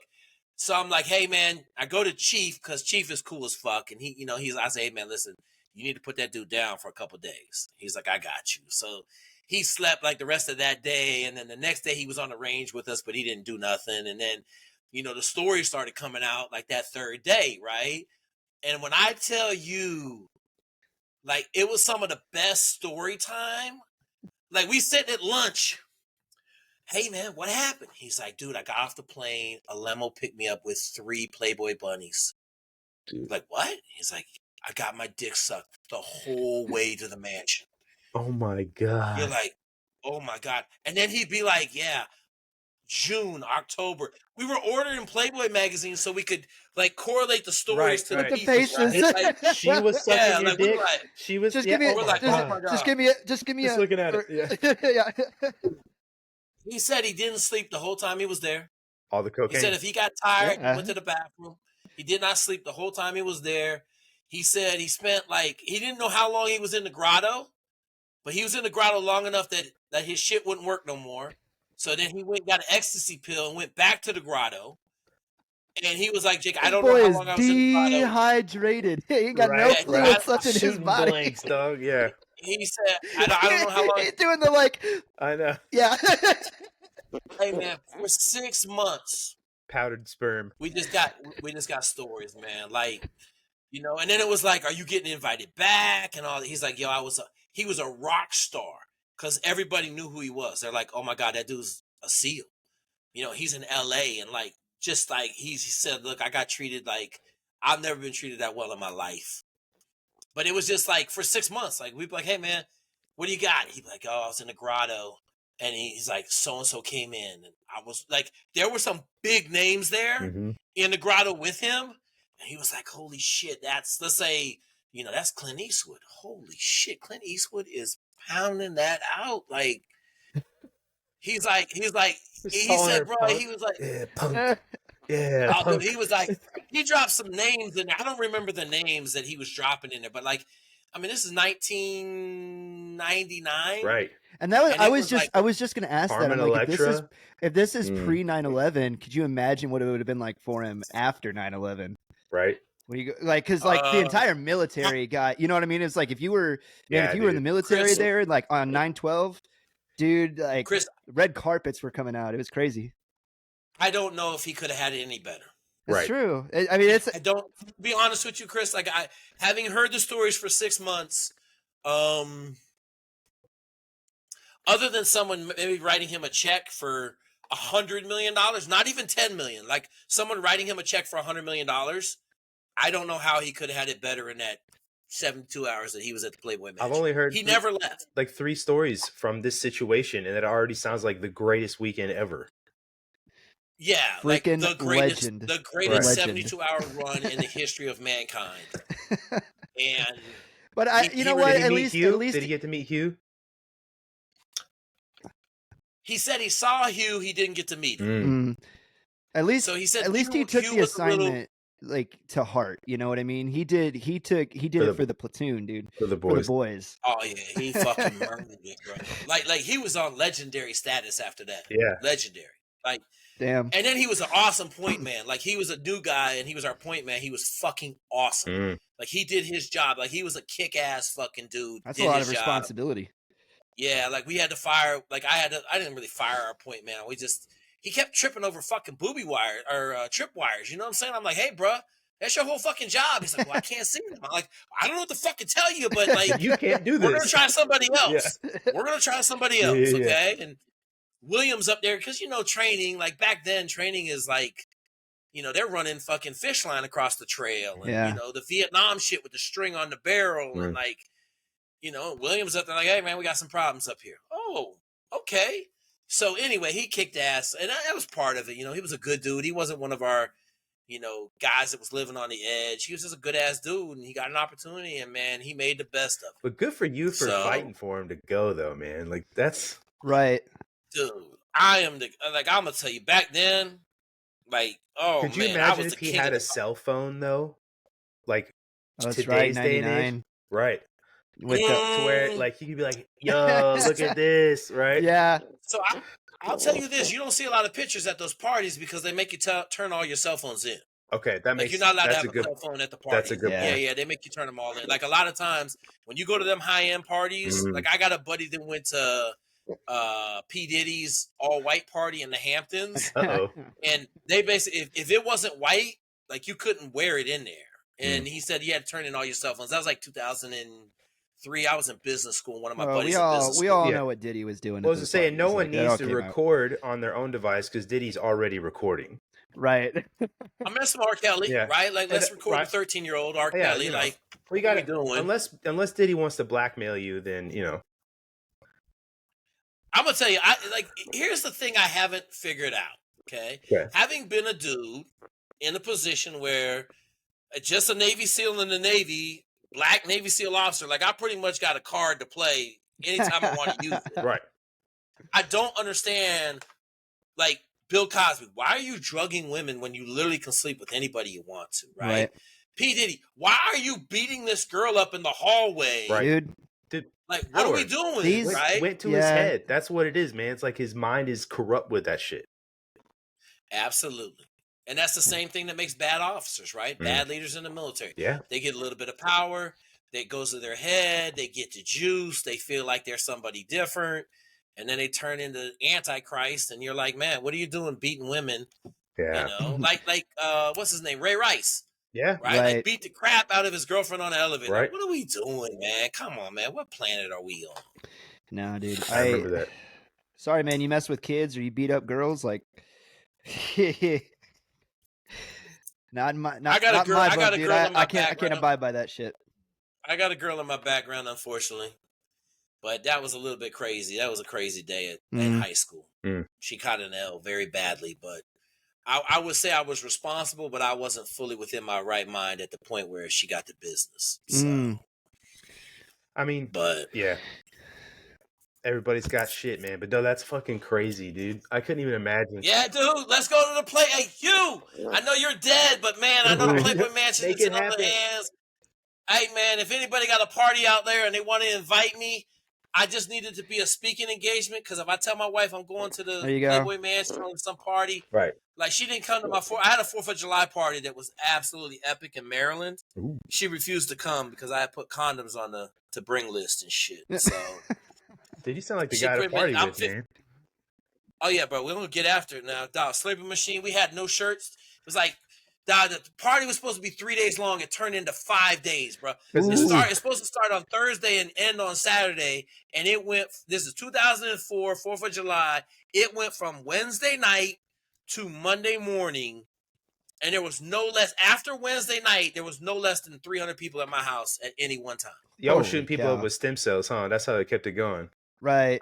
We had a slurping machine with vodka. Ooh. But we had And a bowl of Friday- cocaine, Brandon. right, A yeah. bowl Hey, in the bathroom. Full of stem cells. You stick your Hey, face I'm in gonna it. tell you, I wish I had a bowl of cocaine. We wasn't rolling that big, but it was. Right. That's a lot. I mean, dude. I just Friday we had no shirts, bro. Like no one was allowed to have a shirt on Friday, man. And no one. cats were showing up to my crib like, "Oh my God, Jake!" Never seen so I'm many like, bro, titties. no shirts. Oh yeah, bro. I mean, the babes were hilarious. I'm not taking my shirt off. Then you ain't Like coming you in. can see, there's 400 people here. I don't need you. Oh shit! All right, fuck. They take their shirt That's off. that psychology Just shit take that works with women, though, man. They can't feel left out, dude.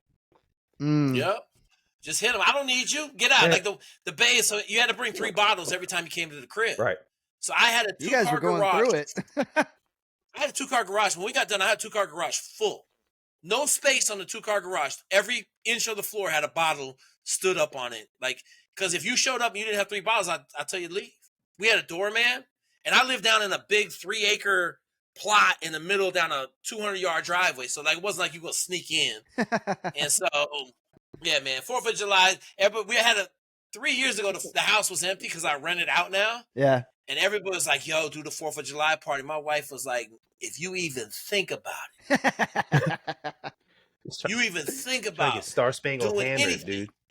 dude. I said, damn, man, all right, I won't do it. So, you get 52 with a couple kids, you kind of got to set a better example than just being a complete debaucherous hellion. Well, and this is why you have to do oxygen therapy nowadays. That's what I say. The recovery, you got the recovery tools now. It's not just blue Gatorade and a sausage, egg, and cheese from McDonald's, Don't forget that ibuprofen, dude. You got to throw that 800 Motrin on top of it. Yeah, that vitamin M. Vitamin M. Yep. Vitamin M. That's the one. So you've been a football coach since 2005, you said, right? Where and, at? what level you coach at? So I was, my last job, 2020 was the last season I coached. I was at the University of Illinois. We got fired with Lovie Smith. Okay. And so I took a job. I was running a business for the last 3 years. I shut that down in November. So now I'm just a free agent. So, Cool. Hey, dude, I'm a huge college football, and I got Mike Norvell. I got my wife, when I got out in the military, she wrote him and he sent me an autographed photo.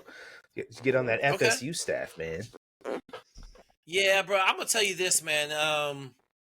So football is one of those things. I love this story because sometimes you do shit like. So my wife has been riding with me since 2001, right? So if you're gonna ride with me, you got to be on my team because I fuck up every week. Like I mess something up every week, okay? Yep. And so she said, "You know what, Jake? She's like, one of your worst superpowers is the fact that you have the ability to make shit happen." And she said, sometimes you make shit happen for the worst, right? like you want something and you fucking make it happen and it ain't the best thing for you. Mm. And so I want to coach college football, man. It like literally my roommate will tell you I'm gonna be a congressman and a head coach in football, right? Like that was my 2 goals in college, right?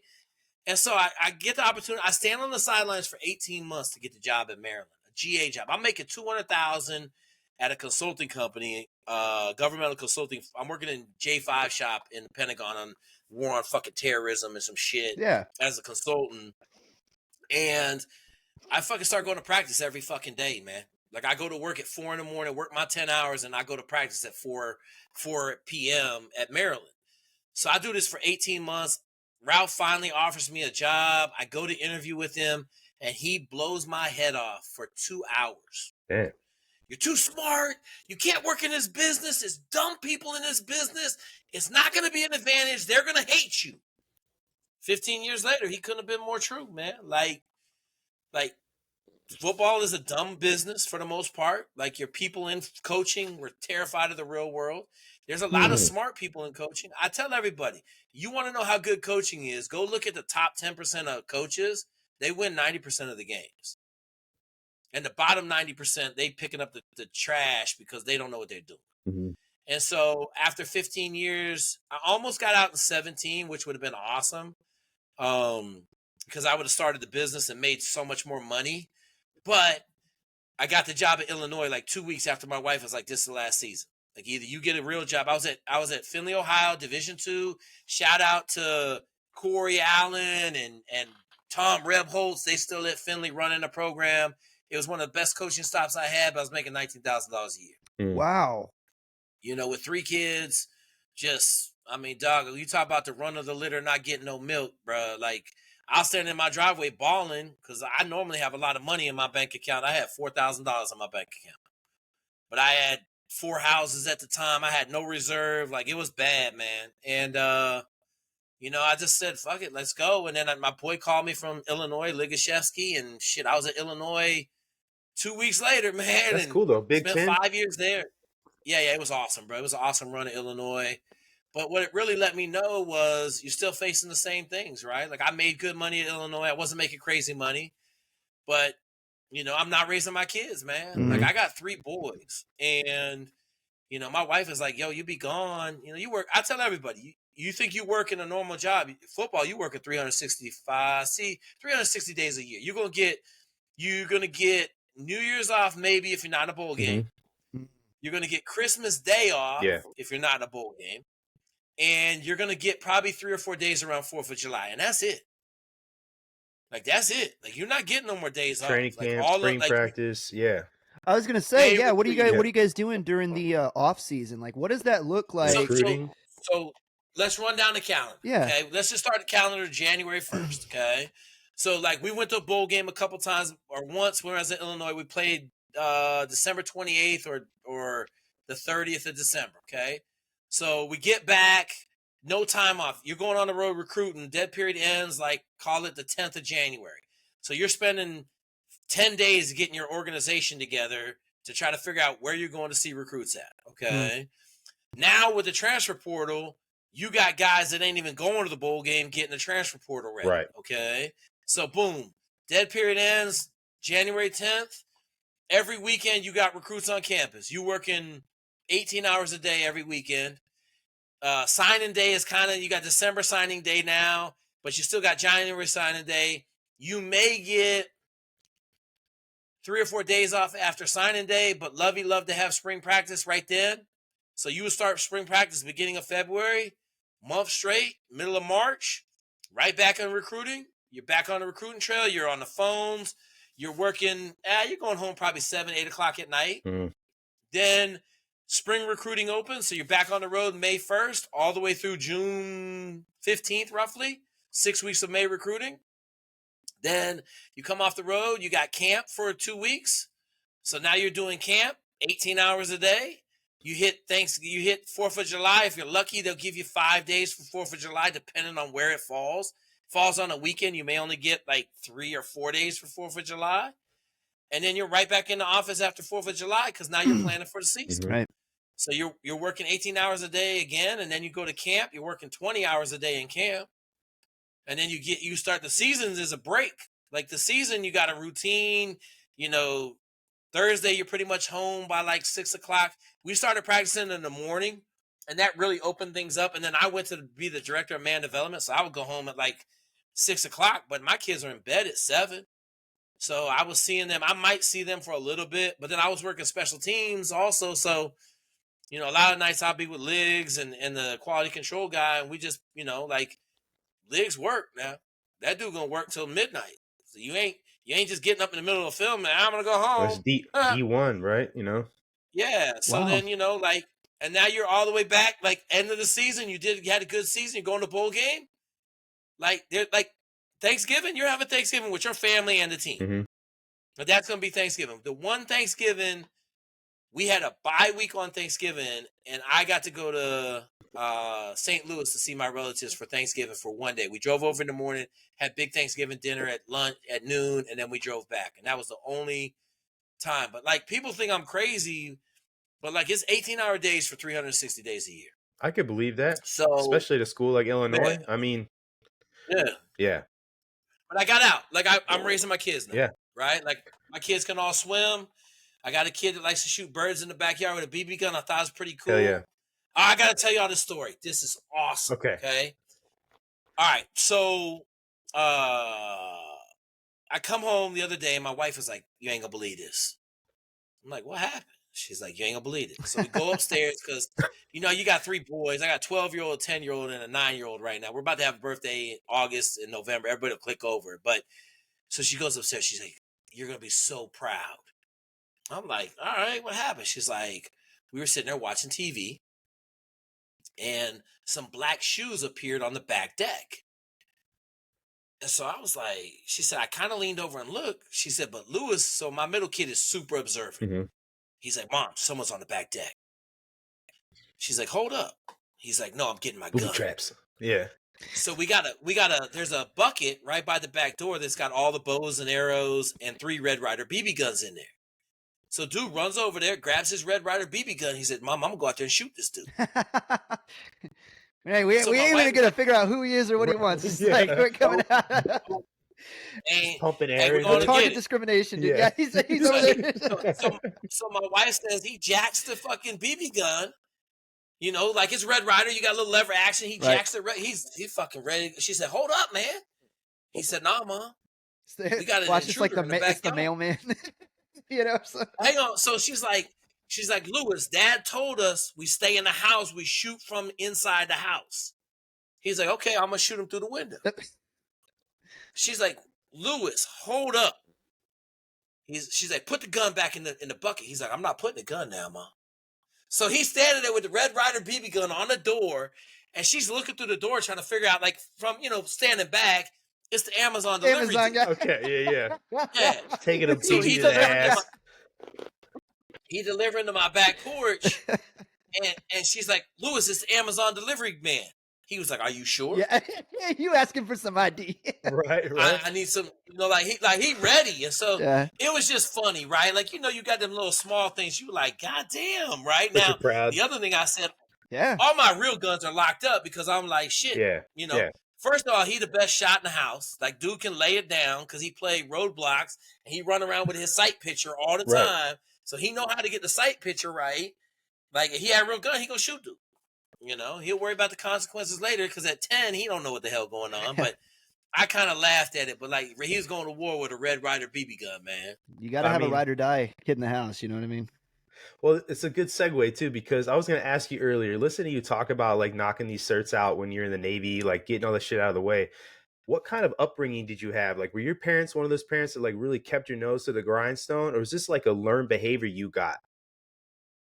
So I tell everybody, I was raised. So the first 6 years I grew up with my grandfather, who was on the board of American Red Cross. He was on the board of his insurance company. He was a 30, 40-year corporate insurance advisor, or not adjuster. So he went into buildings and would, like, give the quote for how much it was going to cost to insure it.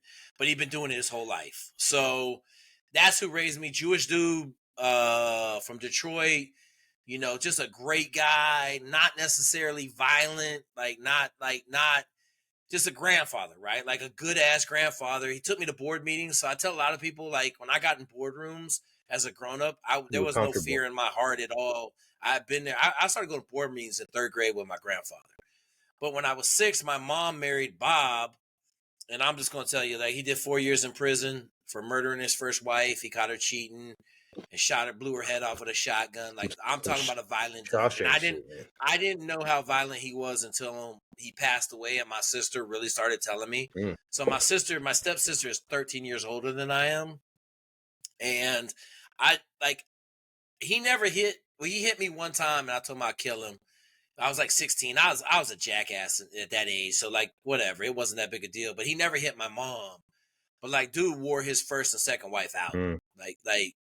Like sending them to the hospital. He was a violent dude. I saw him in the 3rd grade almost kill 2 people with a shovel that were blocking a gas station down the street from our house. And then, like, 4th grade, he almost killed another 2 people in front of my house with a shovel. Drug them out of their car and beat them to death with a shovel. And so, like, I grew up, like, this is my role model.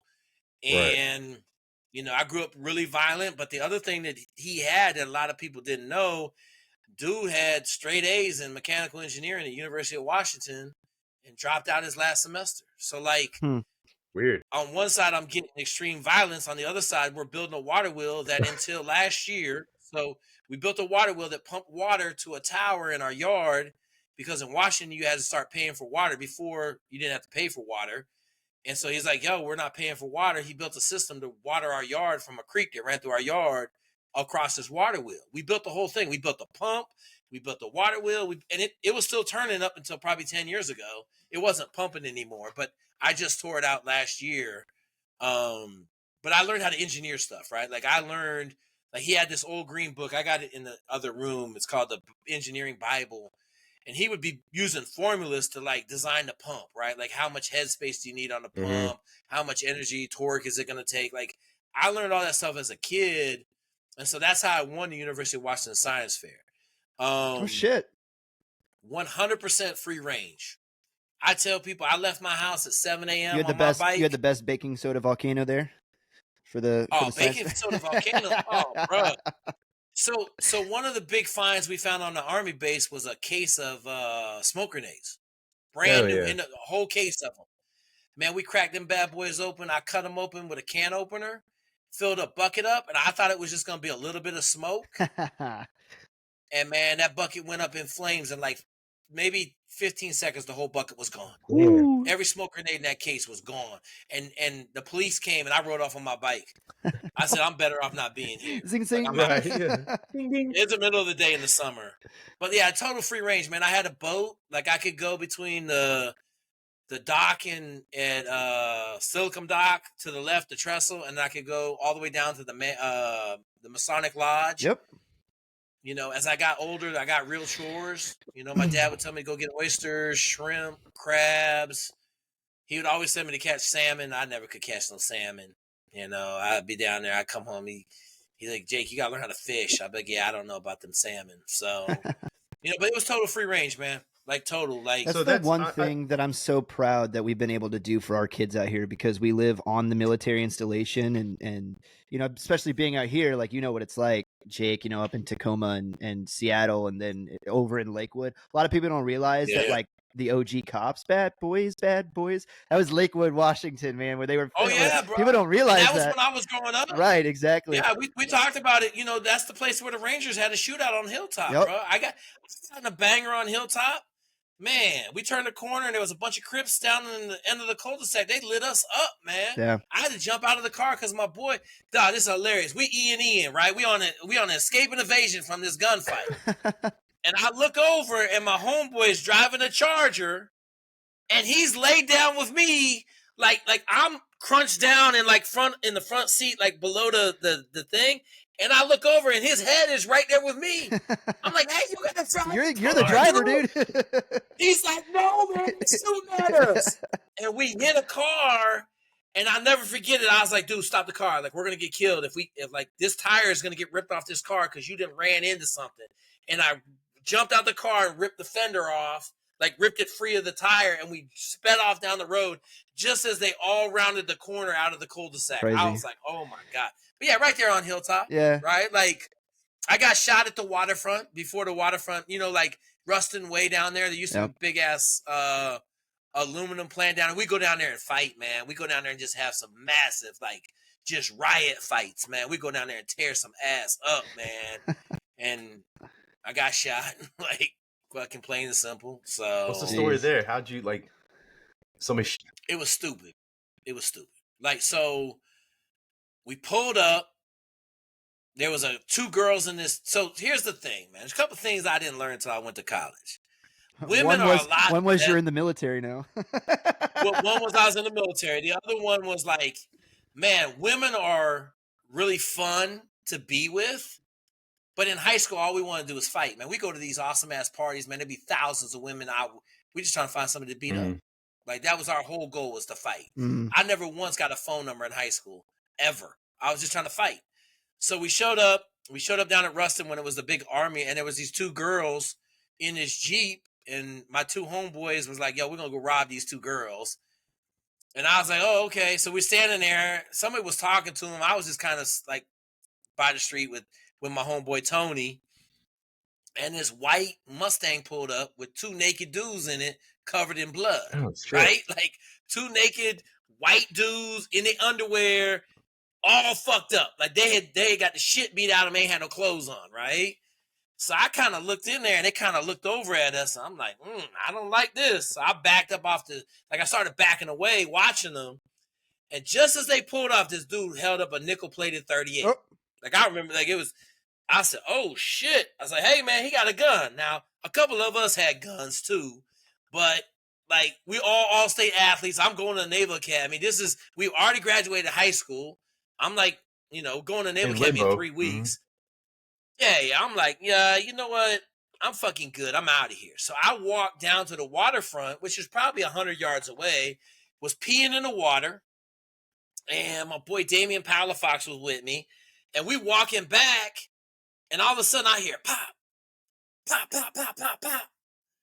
And I'm like, damn, someone throwing fireworks. I said, wait a minute. It's right around 4th of July, right after 4th of July. And then you fell over because of the loud noise, right?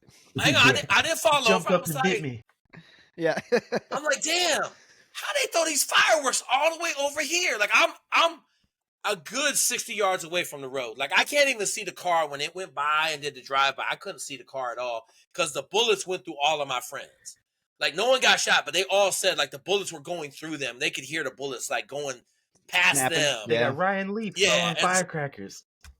Yeah. So I'm out there. So I'm like, damn. And I touched my leg and my whole leg was just like squirting blood out. Fuck. And I was like, how the fuck they hit me with I was still on the fireworks shit. They hit me with a firework. It done blew a piece of my ass off, right? I'm like, and so then I'm like, oh shit. Like I'm trying to they shot me in my ass, Martin. No. I hit with a firecracker, bro. Like that's literally where my brain is at.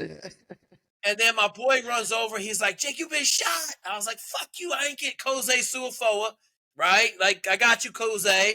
He's like, you got shot. I'm like, I did not get shot. He's like, look, there's a hole. Like, you got shot. And man, I looked down. There was a hole in my sweatpants. I still got them to this day.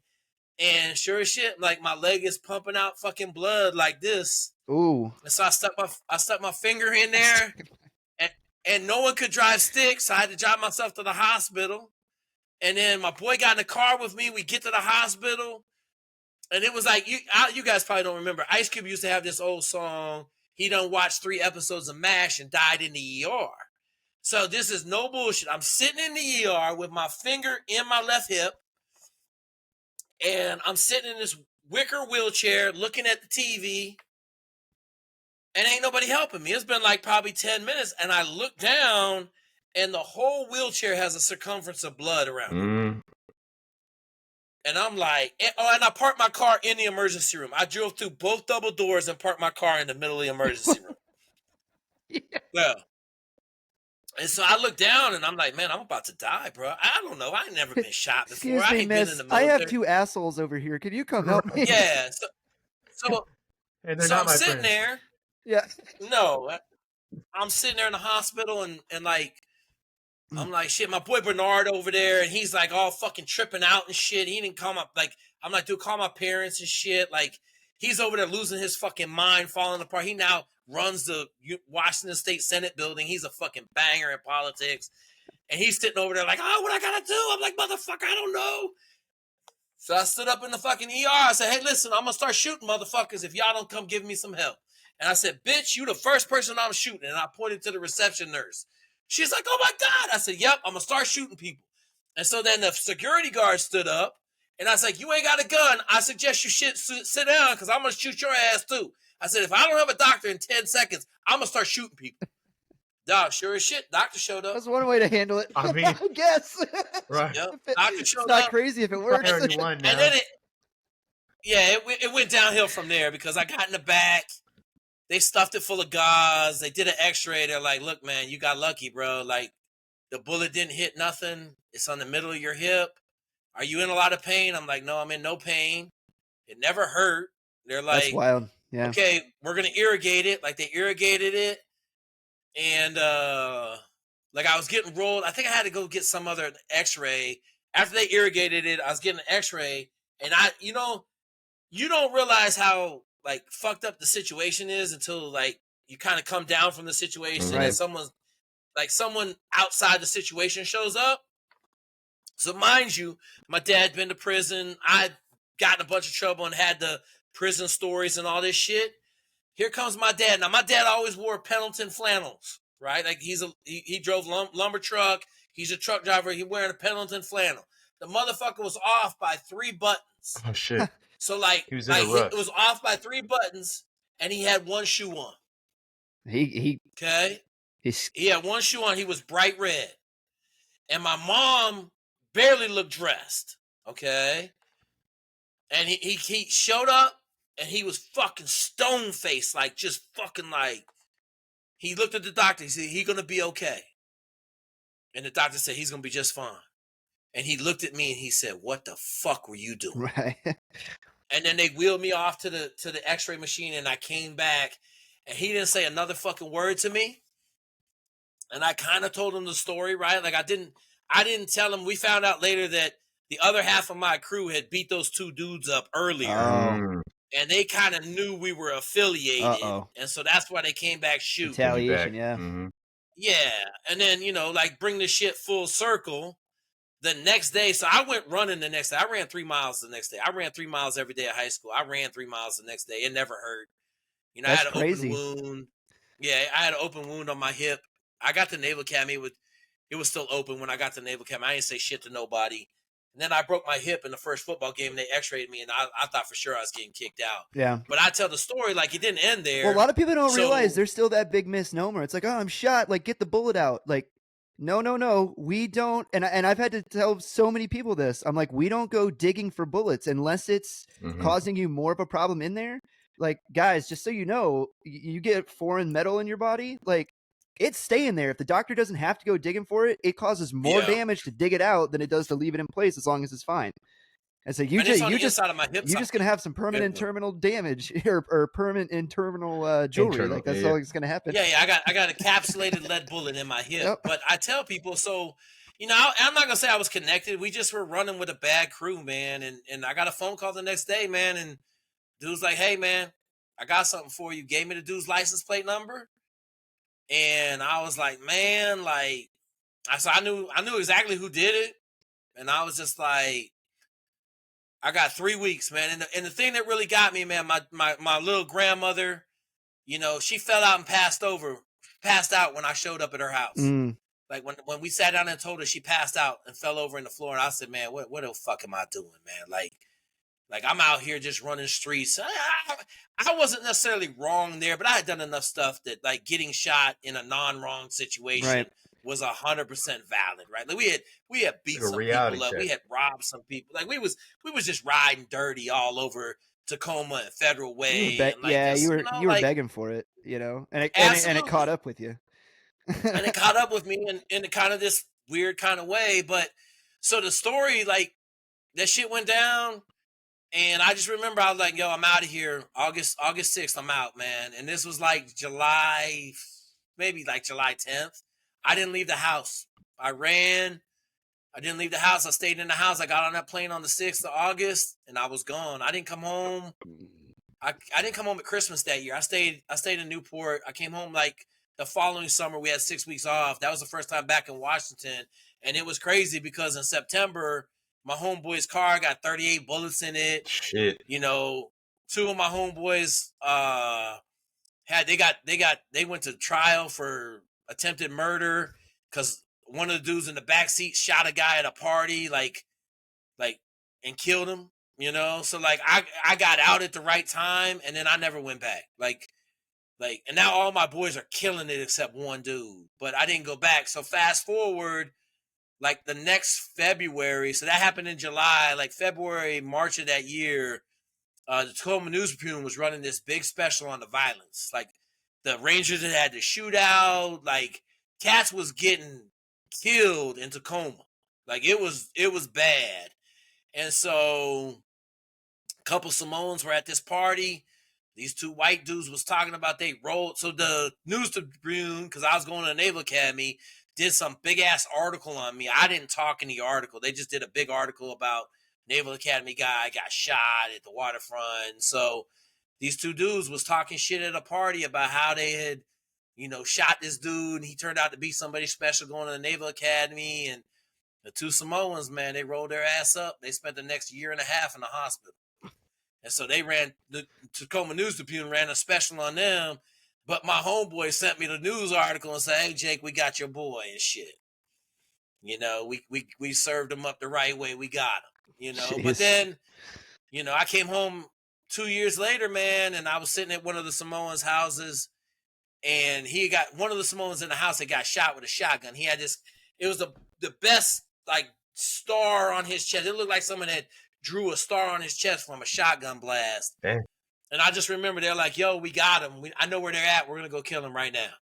And I remember I was like, yo, I'm out of here. I'm going to fuck home. Like, I'm never coming out again. Like, I'm done. And one of my homeboys was like, I'm going. And they were like, nah, you in college. You ain't coming, homie. And that was it, man. That was my last time in the, like, even close to the fire, So, but yeah, as I got shot, it was stupid, but it was humbling. I can imagine, man.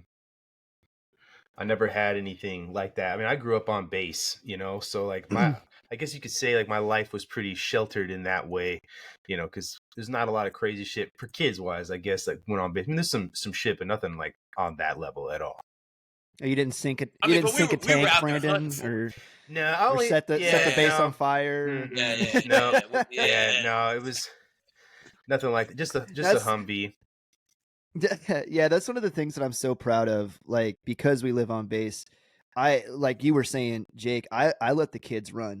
Like, Hannah and I, we've talked about it quite a bit, and we want our sons to be able to have like the same like 90s kid small town experience that we had. So it's like my he'll come up to me, like 5 times a day. Dad, do you care if I go across the street to the park over there? I'm like, go, man, go. I'm like, the rules are be home when the street lights pop on.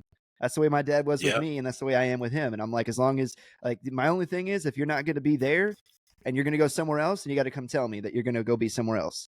And so it's like, I try to give him all that rope in the world, That's how I grew up. Same rules I had. Yep. Like my dad would leave the house at 5 a.m. and I would have a list of chores that normally took an hour and a half in the summers. But then I had a piece of paper right next to the chore list. I had to write where I was going to be. Some days it'd be like, hey, we're going to Chambers Creek. Then I'm going to go play football at the high school. And then, I'm going to be at Tony's house for dinner, and then I had to be home at 5 when he got home from work. But like, there'd be some days where you'd be out running around, as I got older, I didn't have a curfew. So if I came back home, I always had to leave through the door, though. That was one of his rules. He's like, if you try to sneak out or anything like that, I'm going to fucking shoot you. He says, so you leave through the door, you come back through the door. I don't care when you go and come. So like 8th grade, like in the summers, man, I remember in 8th grade going into high school, man, we would spend all night out on our bikes, all night, like trying to go see girls, like going from Stillicum to Oakbrook, which is like 3.5 miles on our bike at like 2 a.m. because someone said, oh, like, come over here, and we'd be in somebody's backyard trying to sneak in, and like, God, it was just free reign. Just shenanigans, dude. Like, but shenanigans. Yeah, but I mean, that's what allows you to have like that sense. Like, I almost got kidnapped in the 8th grade. Like I almost got kidnapped, like no bullshit. Like some dude tried to abduct me. And like I had the wherewithal to be like, oh, this shit ain't good. Like I came up with a plan. I worked the plan worked, and I got to a house and I beat their door down and they let me in and I didn't get abducted, like that's real shit. Like you better have your head on a swivel because like life is coming at you, know? So.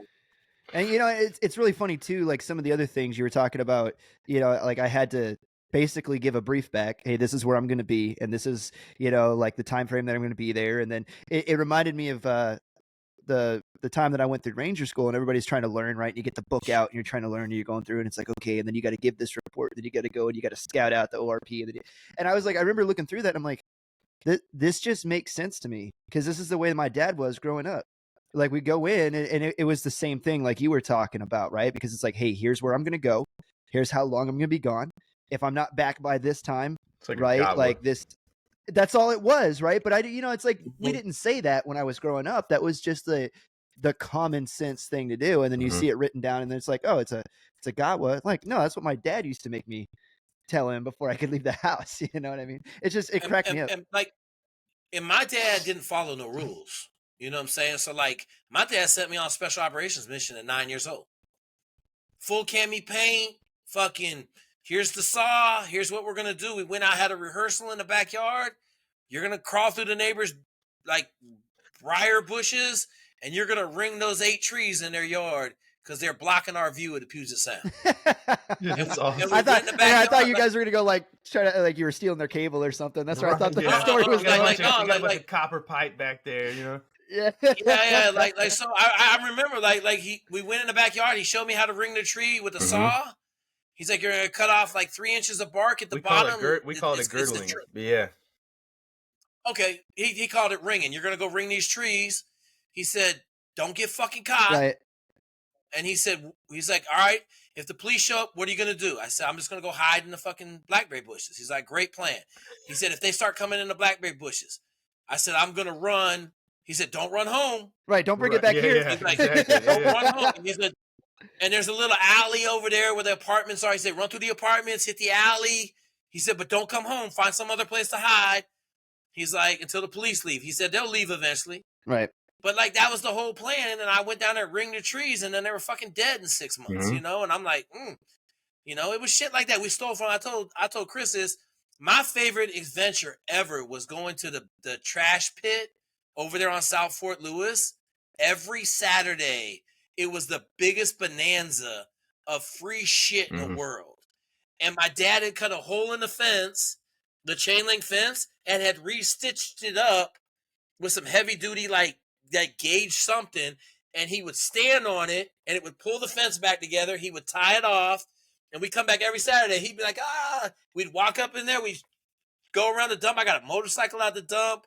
He got this big ass compression pump out the dump. We got all sorts of stuff out the dump. But like he raised a dude, he was teaching me how to steal at fucking 9 years old. Dude, my dad used to drive me around. That's tactically acquiring. Yeah, my dad used to drive me around 3 o'clock in the morning and go through trash dumps too, man. My little ass would be hanging me over the fucking, Yep. Oh man. But another thing I say, like now, fuck. I mean, I had some bad habits I had to break as a grown up. You know, like picking up shit. Like, oh, I want that. I'll pick that up. You know, and then when I got out of the Naval Academy, I'm like, I can't fucking do this shit, right? Like.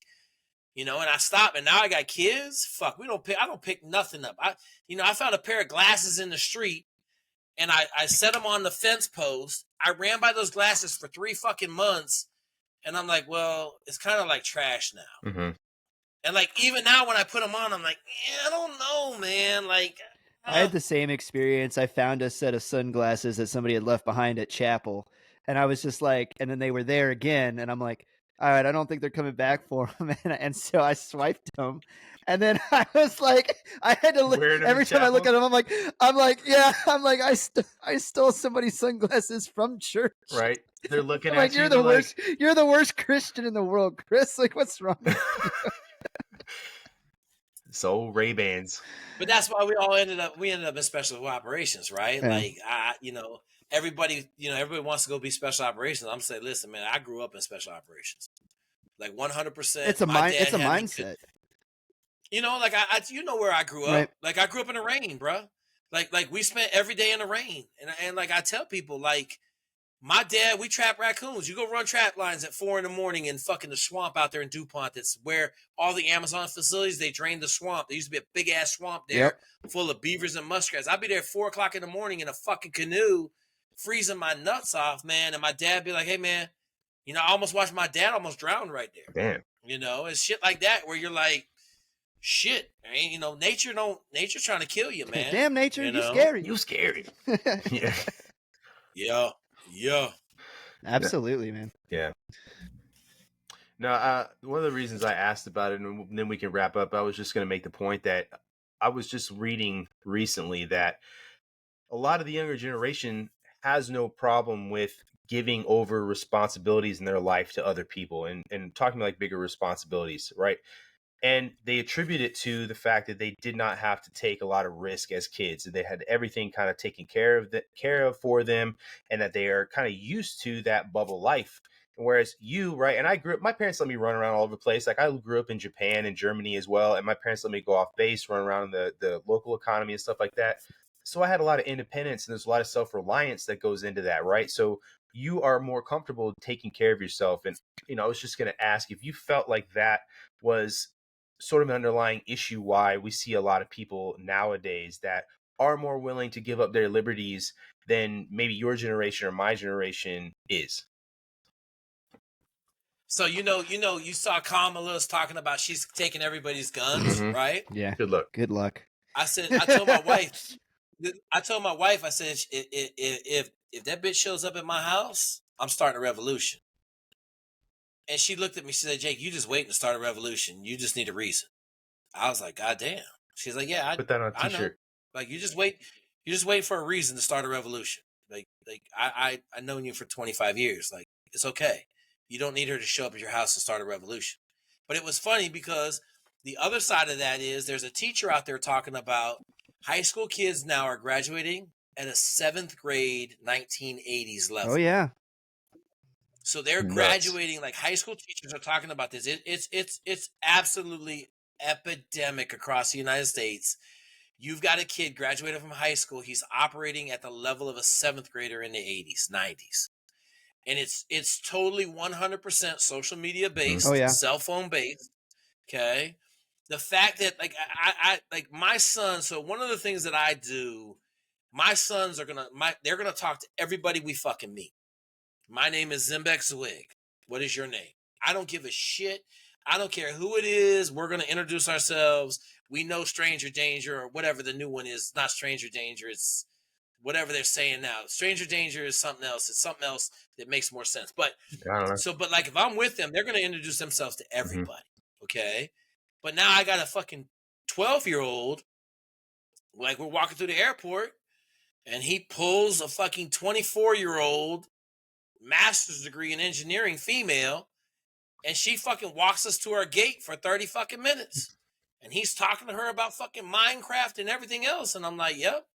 Right. Like, if you can just open your mouth, like I tell people, man, like I was in college football. Like under 25, they got problems, bro. Like I was just at camp. Picked them up from camp yesterday. And okay, I don't conform.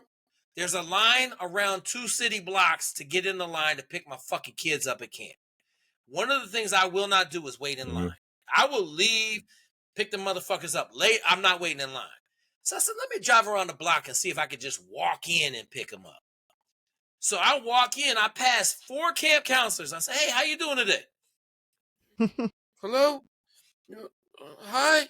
You're like, oh God, right? Like they're all college, high school kids. You're like, Jesus, man, you guys are in trouble, man. Well, and COVID put that shit on the fast track too. Yeah. Where everybody was like walking around with their face covered for 2 years. I wouldn't do it, dude. Like obviously being in the military, there was some points where you're like, got you. It's not an illegal or an unlawful or unethical order, so I gotta follow it. Okay, fine. I'll do it reluctantly. But no, when I was out of work and like, no, dude, I went in everywhere that I went, just like, no, you're not making me cover my face up. You're not making me do it, dude. I'm not drinking the Kool-Aid, and go ahead, no, I was that was it. Yeah. So my point is, I think as America, we allowed COVID to dictate what we did. 100%. Yeah. Okay. And so we allowed all these mental health fucking problems. Like so I'll give you an example. My fucking 7-year-old came, or my 6th grader last year came home talking about anxiety. Right. I slapped the shit out of him. Shut the fuck up. You ain't got no fucking anxiety. You don't have anything to be anxious about. Right, he's kind of like, well, I learned about it in school. I said, you don't fucking learn about none of that shit in school. You come home and ask me. We're not fucking making up some fictitious fucking problem. I said, did you eat breakfast this morning? Yeah. Did you eat lunch? Yeah. Did you have a bed to sleep in? Yeah. Okay, you ain't got no fucking anxiety in the 6th grade. Shut the fuck up. And my wife sometimes bang on me because I'm like, the Bob Donham in me comes out and I want to fucking break shit and just be like, no. But like we're enabling all this shit to happen, right? Like the mental health of 6th graders. Shut the fuck up, man. Like 6th graders are living the best life in the world, right? Like especially 6th graders in this country. Shit. Like we have all these problems, but it's all indicative, kind of like I was talking California culture, Washington State culture, right? Like this BS that we're teaching people. Like now in California, parents don't have to be notified if their kid is transsexual and wants to go get treatment for being a we were I just think trans. talking that about shit's that. evil. And It is evil.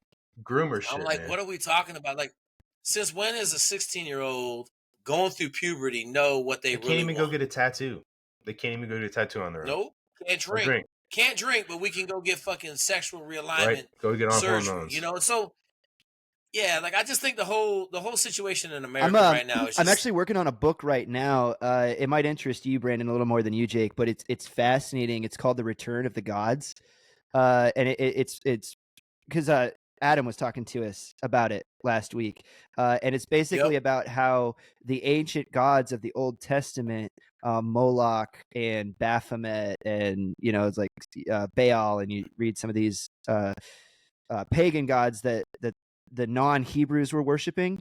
If you look at the things that they required with human sacrifice and child sacrifice, and then some of the rituals that they had to do, basically the book is making a case that's like, look at what's going on in the United States now with like abortion and the transsexual movement and all this stuff, and then look at what they were doing in the Old Testament, and it's like, you tell me that there's not a direct correlation there, that you can't draw a string from one to the other, why human beings are acting like this. It's like, pre-century in the Amazon rainforest, we got to throw our babies into the volcano to so that the weather will change, so we get enough rain this year. And then it's like 2024, where women are literally saying like, I don't want to have children because I'm too afraid of climate change, so they're sacrificing having children. And it's like, you tell me how different that is.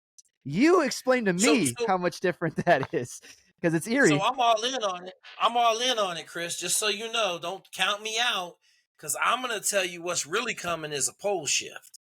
Oh yeah. So we're like 2,000, 3,000 years overdue for a pole shift. The magnetic poles you're talking about? Absolutely. Oh yeah. Yep. And that's and the Earth stops rotating for 7 days, just like the Bible says. And a big ass 2-mile wave washes the planet clear of pretty much everything except, maybe 20 or 30,000 people are in the right place, don't get killed, and everything starts over. And it's happened every 11,000 years for as long as we go back in time. And everybody's talking about climate change. This is the shit that I laugh at. So, like, everybody thinks, like, in our solar system, we rotate around the sun. But what they don't realize is the sun's also rotating around some other shit right. too. It's not a static thing in the universe. It's moving. We're moving through the We're moving through the universe. And so all these climatologists are like, oh my God, we're heating up the planet. And I'm like, first of all, I think it's the Younger Dryas that's the dry one. The one before the Younger Dryas, the temperature, the average temperature of the Earth was like 10 degrees hotter than it is now. Sure. Right? Like there's all these factors going in. The polar ice caps are melting. 100% the polar ice caps are melting right now. And as soon as the salinity in the North Atlantic fucking current changes to the point where it stops, all hell's going to break loose. Right? But like, no one want to admit that, like, shit, we don't have no idea what's going on. Or if we do, we're not about to say nothing because we know anarchy's coming. Right? And that's kind of that whole, like, religion was made to control the masses so that we can control the masses. Exactly what you're talking about. Like, easy times make easy people. Right. Easy people make hard times make hard men. And then it's just a cycle. We're in that cycle now where shit has been incredibly easy. They let us out of COVID because there was about to be a revolution. No lie. They had to pull the cover on COVID because, like, people were running out of money and starting to rob people, and people were getting killed. Like, I lived in Champaign, Illinois, like heartland of America, right? And we had robbers in our neighborhood. Yeah. We had robbers in our neighborhood. I lived in a really nice neighborhood, and the people less fortunate were coming to our neighborhood to rob people, and they were robbing people with their houses. Like, you see the shit going on in California now where dudes are middle of the daytime robbing houses with people in them and don't give a shit. Like, this is the one I'm going to give you, Chris, because this is the one that I think is going to shake America. All right. Since we're talking about crazy shit. I think in California, Oregon, and Washington, in, I'll say 5 to 10 years, you're going to have a crime wave so bad that it may cause everything just to absolutely go to the bottom. I mean, we're well on our way right now. Okay, I mean, and You're they've imported 8 million people from the third world in the United States, and right, exactly. I was just gonna say they're 10 years in front of us going down this road, so you can absolutely see what's coming. And I've been telling people for a long time because they think it's like, oh well, they're bringing these people here, and I love the I wish a mother effer would crowd, or the it's like, oh, I got my guns and all this stuff, and just wait till they come here, and we'll see. And it's like, why aren't you doing something now? Because by the time they come to your house, Bubba, late. like it's way too late at that point. And the other funny thing too, and my prediction to jump on top of you here, Jake, I didn't mean to like squash you out, but it's just I've been saying this for a long time. Is you've imported the third world. These people don't realize here in the United States, even in the slums of our deepest cities, how good we've got it in the United States. These mother effers are coming over here from like Somalia and the deep heart of like Mexico and Guatemala, and they will scrap. Like, these people aren't afraid to kick in your front door, steal and eat your freaking cat. They'll barbecue it in front of you. Like, these third world people are hard people, and they're used to living hard. Right. So when the violence opens up, like, my money's on the people that have been imported in here. So here's my deal, Chris. Though I'm going to take it a step further. I'm not worried about the immigrants, right? Like, the people from the third, all them people are going to win. We know that. Like, the people from Nicaragua, they're going to win. MS-13 is going to win, right? Like, the organized crews are going to win. I'm down here in San Antonio. My plan, you'll find me in Brazil. Everybody's like, well, why are you leaving? Because I don't care. I can have a belt-fed machine gun at my house. Right. That's not the preppers. I went and did a prepper talk right after I did a TV show in 11, and everybody was talking about all this protecting your house and making a safe room and all this shit. And I was like, hey, man, listen. Molotov cocktails don't give a fuck about your safe room.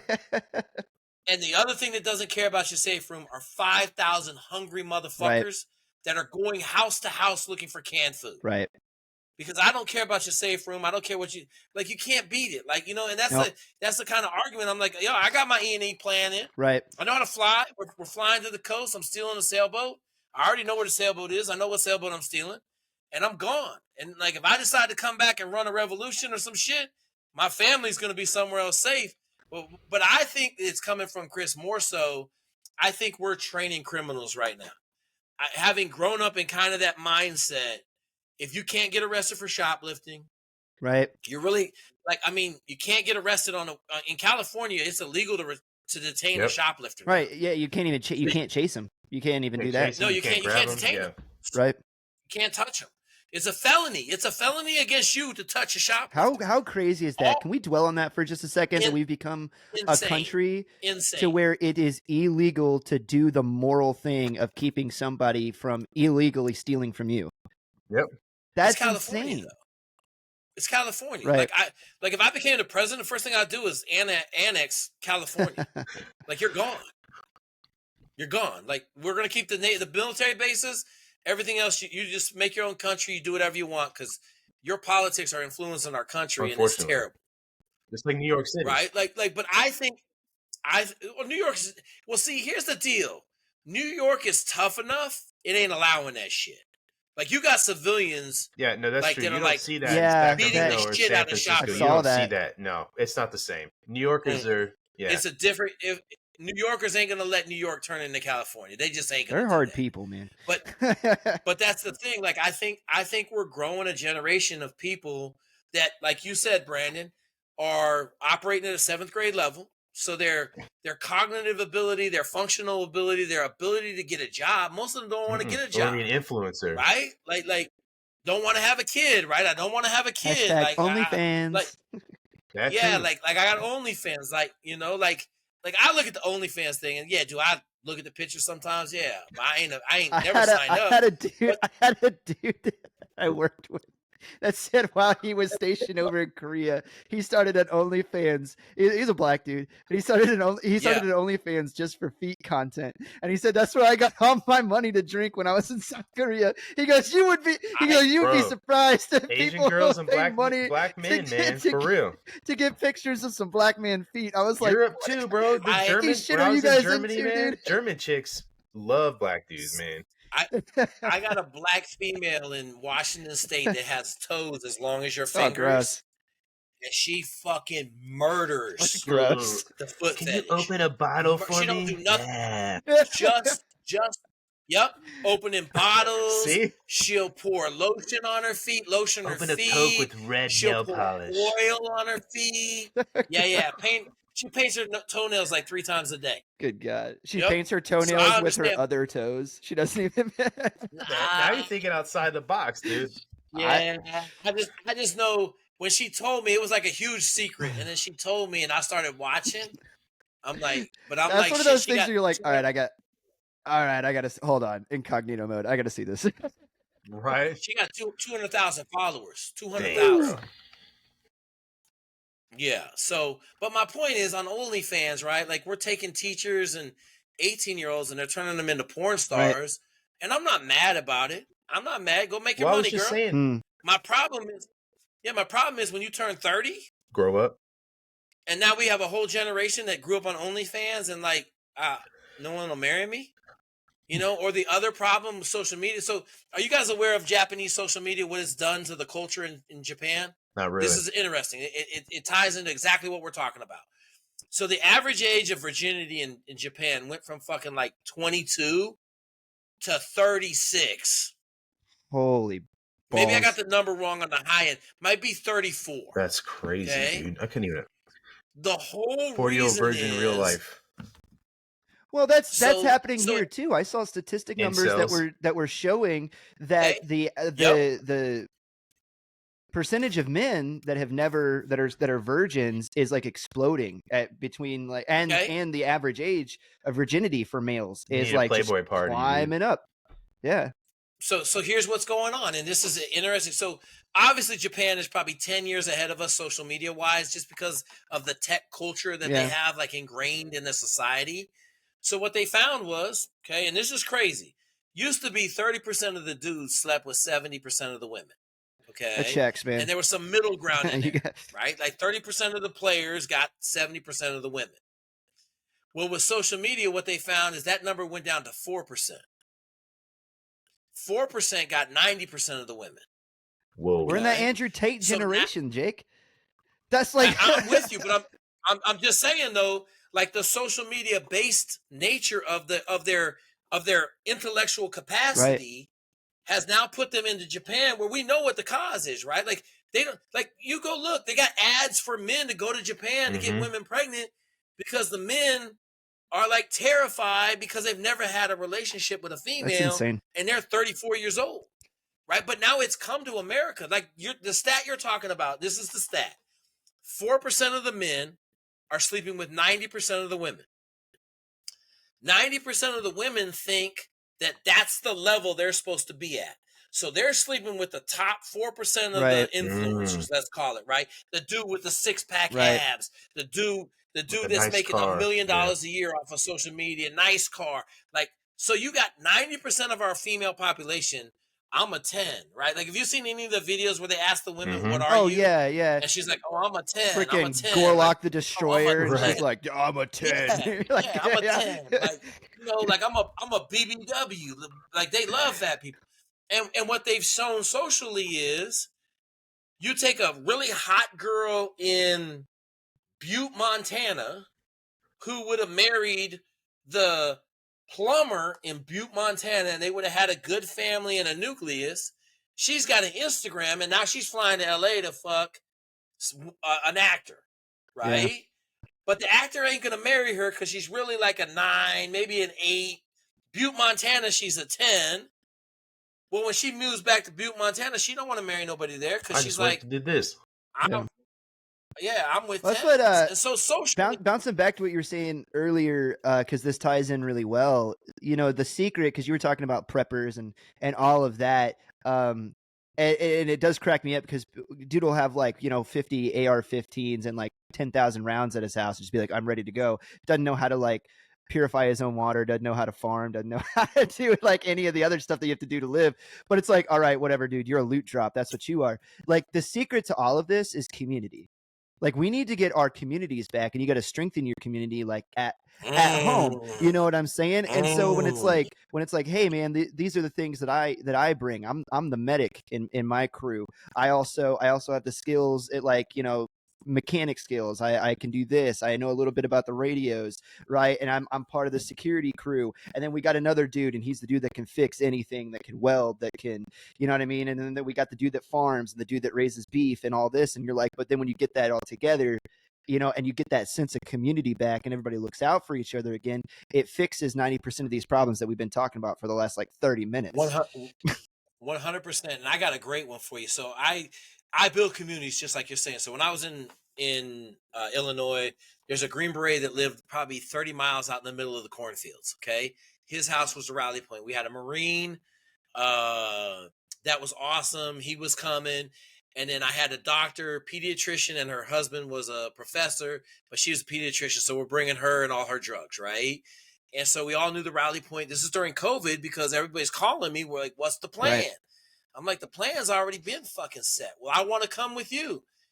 And I would just give them the answer. Okay, like if I'm home when you get here, okay. Knowing I wouldn't be there, right? Like when the shit hit the fan, I'm gone. I'm already at the Green Beret's house. Right. I'm already at my safe location with my community in an environment where we can grow food, harvest food, raise chickens, and we got awesome fields of fire, and like we can do okay, right? Like I'm in the middle of Illinois. So have either one of you read the book called The Second After? Mm-mm. Okay, go look at the wiki. It's called 1 Second After. It's on wiki. It is the most amazing thing that I tell everybody to go read when they claim to be some kind of prepper, some kind of dude that's going to survive, because it lays it out exactly how 90% of the population is going to, like, it just goes through the percentage. 30% of the population is going to be dead in the first 30 days. 95% of the population in America is going to be dead after the first year. We're a weak, pathetic people right now. Don't get me started on that. But will be for a long time. Weak-minded, weak of body, like, yeah. But it comes back to, like, the average person can only walk 12 miles. Yep. Right? Like, that's the max that they can walk before they fall over and they can't move anymore. And you talk about it. Like, everybody asked me in San Antonio. Bitch, that's a Thursday morning. What are you talking about, 12 miles? Yeah, San Antonio might be the worst place in America to be because we have no resources here. There's none. We're in the middle of the desert. There's no food. There's no water. There's no resources here. Like, and we have 3 million people with no resources. This place is going to turn into Armageddon in like 12 hours. Think about like Las Vegas.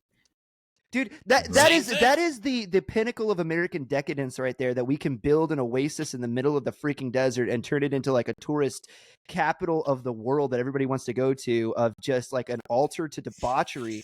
But that's how much money we have here. But like, I've been to the Middle East, Jake. I've seen some of the poorest places in the world. Mm-hmm. And like, until you take these TikTok kids and you physically pick them up and take them there, they see the world through this. It's like a freaking filter, right? And then they can't contemplate like what the world actually looks like unless it's fed to them through this filter in a way that they can understand it, because it's like it literally rewires your brain to see the world this way. So, So it's funny because one of my biggest gripes about America is we believe America's always right? Like we're like the schoolyard massive bully, okay? Huh. And the funniest thing, like the best thing I love is we need to bring democracy to Afghanistan.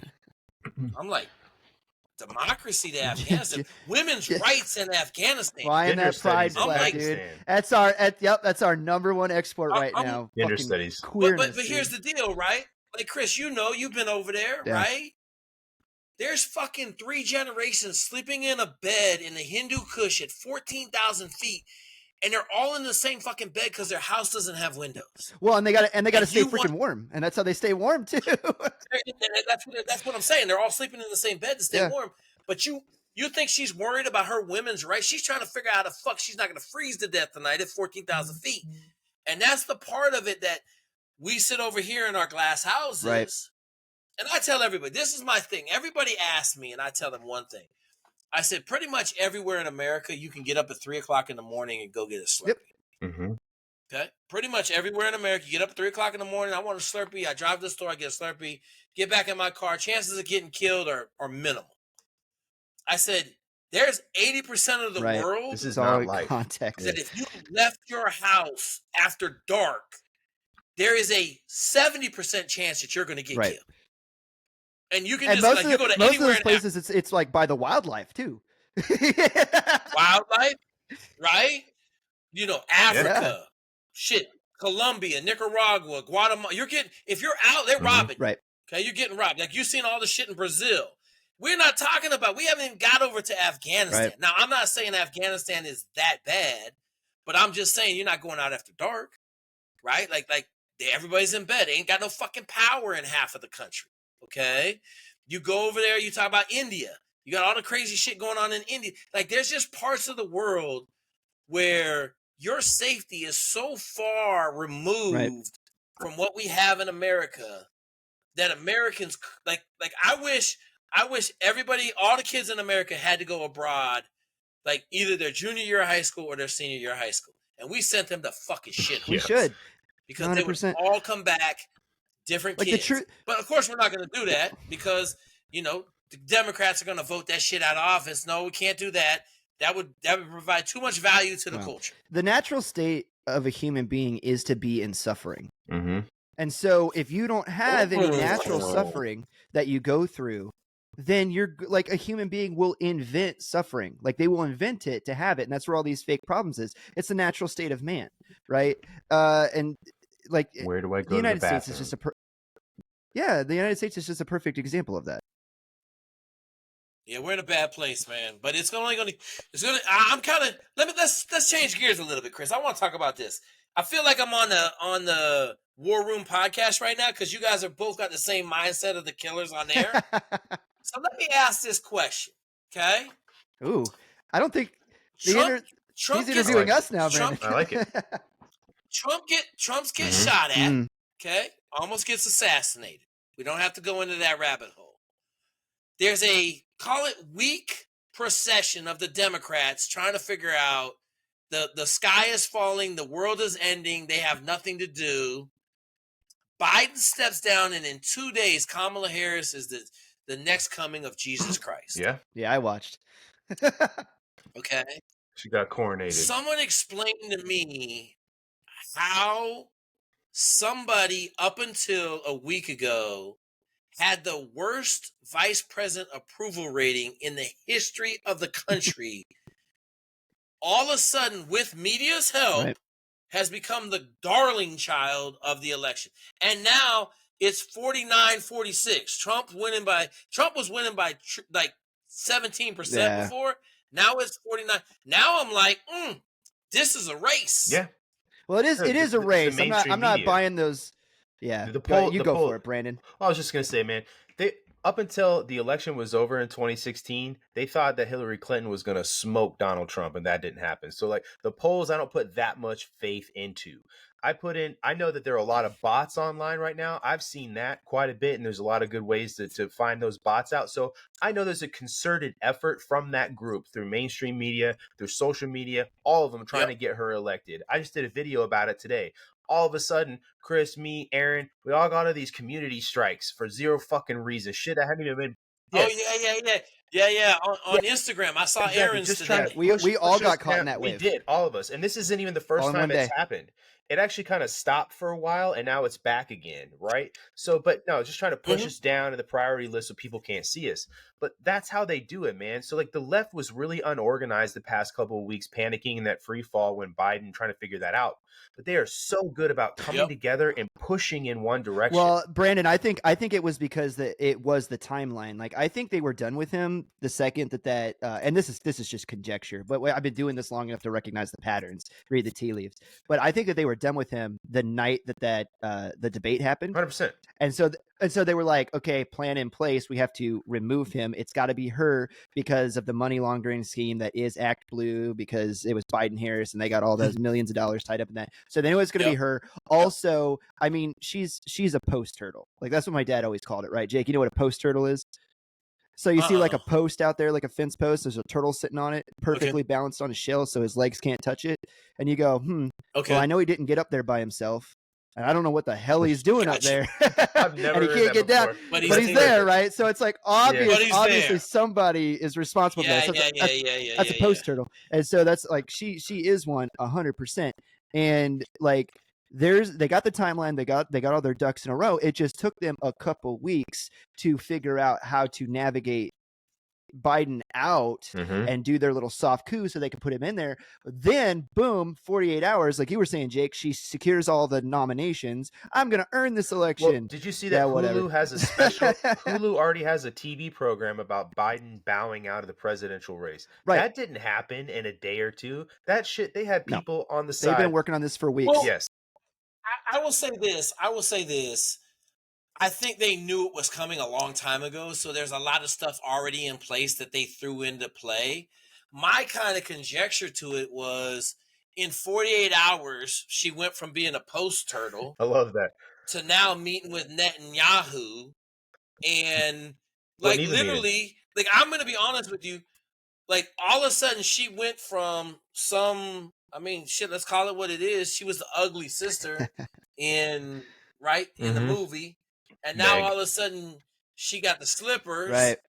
And because I watched her today on TV, I was like, holy shit. I'm actually really happy, man. She's pretty awesome. I'm incredibly happy because for me, I just think that now we're going to get a chance to get rid of Joe Biden and get rid of Kamala Harris in one fail swoop and just be done with it. I sure hope. No. I'm not. You're saying that. What I'm saying is it gives us the chance to get rid of both of them and be done with it. We got to play our cards right. And we're doing the whole voteforamerica.org thing. And it's like, you know, we gotta get it out and vote, guys. And we got to play this game smart. But what I'm saying is it gives us the chance to be done with both of them.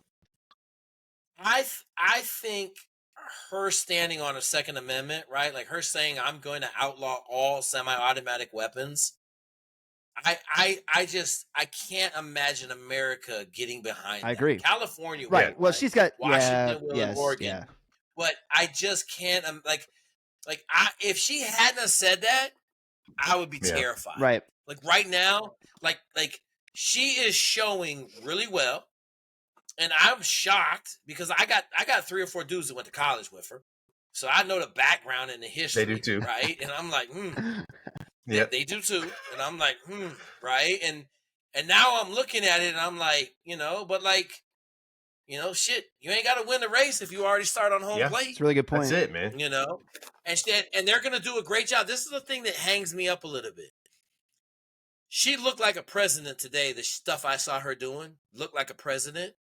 She's got 3 months of looking like a president, and she can win a lot of votes by just looking like a president and doing what a president should do. After the last 4 years of Sleepy Joe kind of banging heads. Especially the thing that she could do right now that would be the absolute smartest thing is exactly what you said. Keep her mouth shut. Pretend to be a moderate. Keep her mouth shut. Don't say anything wildly progressive or weird, and then just let the media go out there and beat everybody over the head with the fact that if you don't vote for her, it's because you're a misogynist, biggest, freaking sexist and racist. And just let it, because that's what they're gonna do. We already know they're gonna beat us over the head with that. I got accused of that yesterday. And that's what she could do. The problem is she literally cannot get out of her own way. She will not shut up. And she will inevitably step on her own crank. She just will. And it's just waiting for it. You just watch. You just watch. Right. Exactly. You just watch. She can't keep her mouth shut. I don't know. I know this a lot closer. I was all excited when it was Biden because we knew we were gonna win. Oh, I knew that was going away. I was telling people for weeks. I was like, don't get comfortable, man. Don't get comfortable. Yeah. I was like, there's a lot of race left. I was like, don't do it. It's like I was telling Aaron and the crew, man, like this is the craziest stuff I've ever seen. So I made the comment in our group chat. I said 3 toddlers, two aliens and a bunch of grown men with IQs of like 20 write a comedy / horror movie, Yeah. and it's still not close to what we're living right now. We're in jumping America. the shark. I've been saying that for weeks, man. I'm like in American politics, season 2024, it jumped the shark. That's what's happening. Yeah, They like- know the show's getting pulled, so they're just throwing all the rest of the plot points that they had at Right, it, so yeah. they can get them all in the last season. Yeah. shoot, guys, man, that was a good run. What else we talk? We good? I'm ready. Yeah, to go. I think it's just about time to wrap up. But I Agreed. will say this, Jake, before you go, man, we got to have you back on, because the next time you come back around, I want to talk to you about Dude, You're Screwed, being working on the Discovery Channel and some of the crazy stuff that you went through over there. But I want to spend like a good amount of time talking with you about that. So I don't want to squeeze it right in here at the You're end. Screwed and TV. Yeah. So I'm trying. The guys want me to do a Top Shot, right? Mhm. That shooting show I was yeah. on. But I'm hung up because you can't record TV shows on OBS. They have this function that won't let you do it. So I'm at the. I think I got the DVDs around here somewhere. I got to try to find the DVDs, and I'm gonna do a hour and a half reaction to the whole season. And I started it today, and my wife came in here. So my wife is the HR director. She throws flags, and she's like, "Oh my God, Jake! The first sentence you were like, Colby is a complete clown. You didn't wait at all to go in." I said, "Nah, I'm firing for effect on this Straight TV no show." chaser, So, baby. Mhm. That's how we do it around yeah, here. bro. And I watched the first episode and got enough points where I'm like, "Oh, you see me cycling the AK-47? That means it's broken. AK-47s don't Nope. break. That's the third time I cycled it. That gun is rigged. Like, they've rigged the guns. And now I just realized in the first shooting competition they rigged the gun.